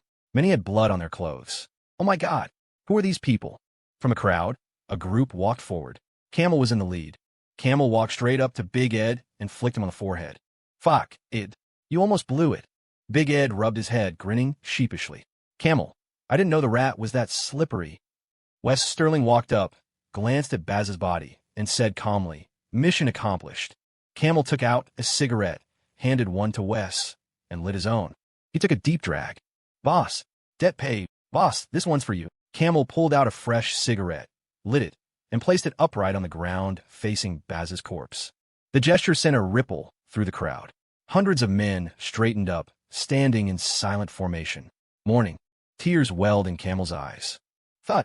He dropped his knees in front of the cigarette and bowed his head to the asphalt. See you in the next life, boss. Big Ed wiped a tear away and patted Camel's shoulder. Camel, let's go. Camel stood up, wiped his face, and waved his hand. Brothers, let's go home. Yes. The shout from hundreds of throats shook Floyd to his core. He stood there, watching the black tide recede into the night. The next day, 5:00 a.m., Chicago East outskirts, desolate riverbank. 3 black Audi sedans sped down the dirt road, kicking up dust, and stopped by the levee. Camel got out of the lead car and lit a cigarette. Bring them out, he signaled. Got it, Camel. A young man in a suit opened the back door and dragged Mark Wells out. Big Ed dragged Ray Young from another car. Ray was paralyzed, slumped on the ground, unable to sit up. His face was swollen, his clothes soaked in blood and filth. Camel, I don't want to die. Please, please. Mark Wells, hands bound, knelt and screamed. Camel looked at him with disgust. You have the face to beg me. He kicked Mark in the face. Fuck. Vic treated you like a brother. Is this how you repay him? Traitor. Sold us out for money, huh? Camel rained kicks on him, venting his fury. Mark curled into a ball, wailing. When Camel was done, he pressed his lit cigarette onto Mark's forehead. Mark screamed. Camel walked over to Ray Young and hauled him up by his collar. Ray's face was gray, his eyes filled with despair. He knew his fate. If you're going to do it, Ray mumbled, broken. Ray, you old dog, your life isn't mine to take. Wait for Ethan, then you'll know how you die. Camel whispered, smiling cruelly. Ethan Ford. Ray froze. The image of the young man filled his mind. Rage and indignation surged in his heart. He had fought Victor for years, only to be destroyed by a kid. Unacceptable. Suddenly, an engine roared. 2 black Mercedes pulled up. Duke Drake opened the rear door. A young man in a suit stepped out. Duke draped a black trench coat over his shoulders. Ray looked over, his pupils shrinking. Ethan Ford. Ray Young stared daggers at Ethan Ford. The empire he had built over a lifetime, destroyed by this young man. Ethan Ford, you're ruthless. Ethan walked up to Ray and waved a hand. Camel let go, and Ray slumped onto the hood of the car. Ethan's face was calm. He lit a cigarette. Ray, it's time to end this. Ray gritted his teeth. It ends. You won, kid. A cold light flashed in Ethan's eyes. Smack. He slapped Ray across the face. Won? No, I didn't win. Vic didn't win. You didn't win. Ethan never wanted to be part of this life. But once you're in, you're in. He wished none of this had happened. He wished Victor was still alive. This wasn't a victory. It was just closing a ledger. All 3 sides lost. He lost a best friend. Timmy lost a father. Vanessa lost a husband. Victor lost his life. And now Ray lost everything. Ray, humiliated by the slap, felt a burst of rage, wanting to tear Ethan's throat out with his teeth. But his broken body wouldn't obey. Powerless fury consumed him. Ethan flicked the ash. Don't look at me like that. Want revenge? Try again in the next life. Camel, he's yours. Handle him however you want. Camel grinned, a terrifying sight. Thanks, Ethan. Ray's face changed. Absolute despair. Falling into Camel's hands. Death would be a mercy. Ethan walked over to Mark Wells and kicked the kneeling traitor over. Mark, you pay for your greed. Those who betray trust never have a good end. Mark scrambled up, kneeling before Ethan. Ethan, boss, I was wrong. I was wrong. Give me another chance. I don't want to die. Ethan. Ethan snorted and kicked him in the face again. You don't want to die? Did Vic want to die? Fuck. You have the nerve to beg me. Get him out of my sight. Ethan kicked him down again. Before Mark could crawl back, Big Ed rushed in and punted him like a football, sending him flying 10 feet. Fuck. Mark, you piece of shit. Big Ed roared. Ethan patted Ed's shoulder. Ed, he's yours. Ethan walked back to the Mercedes, sat in the back seat, and smoked, watching the first light of dawn break over the horizon. The sun was rising. A new day. Ethan blew smoke out the window, reaching out as if to grasp the new sunlight. Outside, screams and the sickening crunch of bones filled the air. Ethan tossed the butt, clenched his fist, and held onto the sunlight. 10 minutes later, 2 heavy splashes echoed from the river. Duke walked over and whispered, Ethan, it's done. Ethan nodded. Let's go. Back to the office. Yes. Duke started the car. The Mercedes convoy drove away. Camel and Big Ed bowed to the departing cars. Thank you, Ethan. Ethan returned to the West Ford Group offices. Inside, he found Wayne, Tank, Turner, and Henry Payne drinking. Henry was flush-faced, 2 empty bottles of Macallan on the table. Ethan. Ethan's back. Tank shook Henry's shoulder. Henry stood up unsteadily. Ethan. Ethan smiled wearily. It's done. You guys started without me. Henry's eyes turned red. He poured a glass. Ethan. Thank you. Henry handed the glass to him, gratitude pouring off him. Ethan took the glass. All right, Henry. Let's drink. It's all in the glass. Tank raised his glass. Yeah, to the glass. The 3 clinked glasses and drained them. Ethan poured another, then poured it onto the floor. For Vic. Hope he can rest now. Henry couldn't hold back the tears anymore.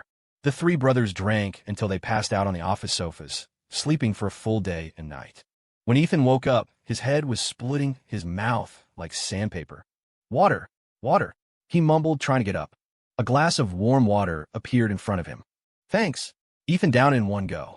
His brain started to reboot. Wait, who gave him the water? He looked up to see a beautiful, familiar face. Grace Miller. Grace had her hands on her hips, tone sarcastic.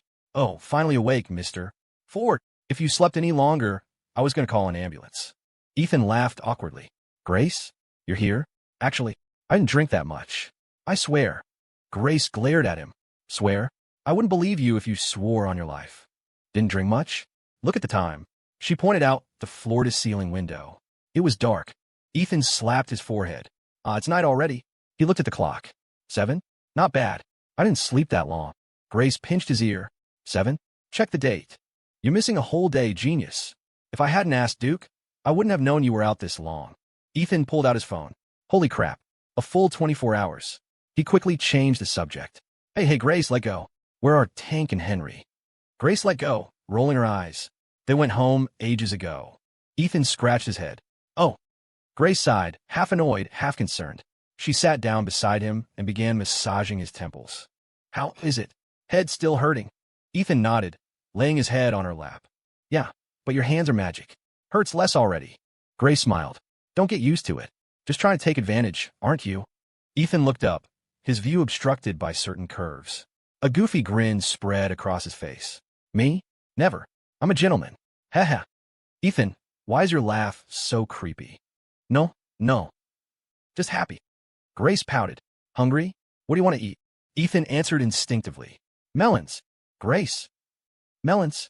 Pervert. Grace blushed and pinched the soft flesh at his waist. Oof. Ethan was getting bolder. Ouch. What was that for? Ethan laughed, pretending to be in pain. Grace glared at him. Who told you to be so smooth? Ethan sat up, grinning. If we're talking smooth. He leaned in and kissed her. MH. Caught off guard, Grace froze, eyes wide.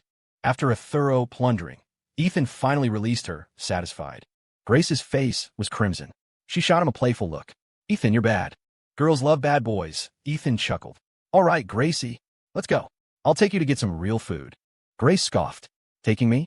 You're just hungry yourself. Same difference. Let's go. Ethan pulled her up. 1 month later, University of Illinois at Chicago, UIC campus. The afternoon sun was gentle. Ethan sat on a bench under a tree, reading a textbook.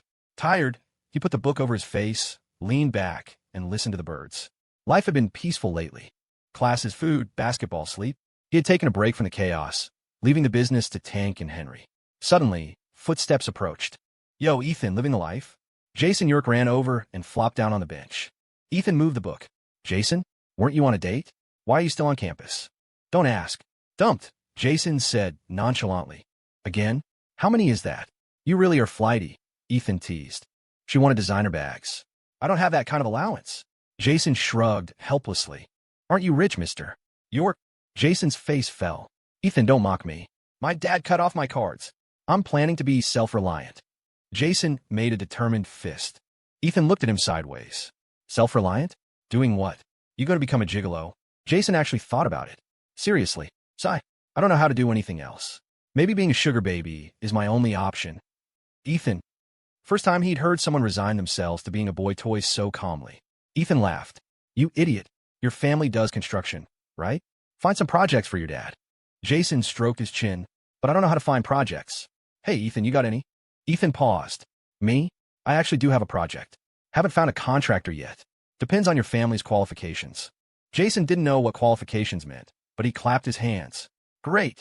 I'll tell my dad. If it works, he'll unlock my cards. Ethan smirked. Jason, maybe you should just stick to being a rich kid. If you try to do business, you might bankrupt your family in 2 years. Jason laughed awkwardly. Am I that bad? I think I'm pretty smart. Just then, Ethan's phone rang. It was Zach Bell. Hey, Zach. What's up? Huh. Ethan, me, Zane, and Danny are coming to Chicago tomorrow on business. Wanted to swing by and see you. Zach's cheerful voice came through the line.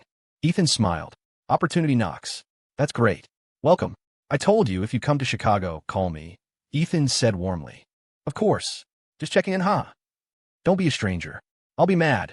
Ethan joked. Okay. We land around 5 p.m. tomorrow. Done. I'll send a car. Prepare to have a good time in Chicago. They hung up. Ethan gripped the phone, his mind already racing. Zach Bell, Zane King, Danny, the founders of Arctic Systems, 10-cent equivalent.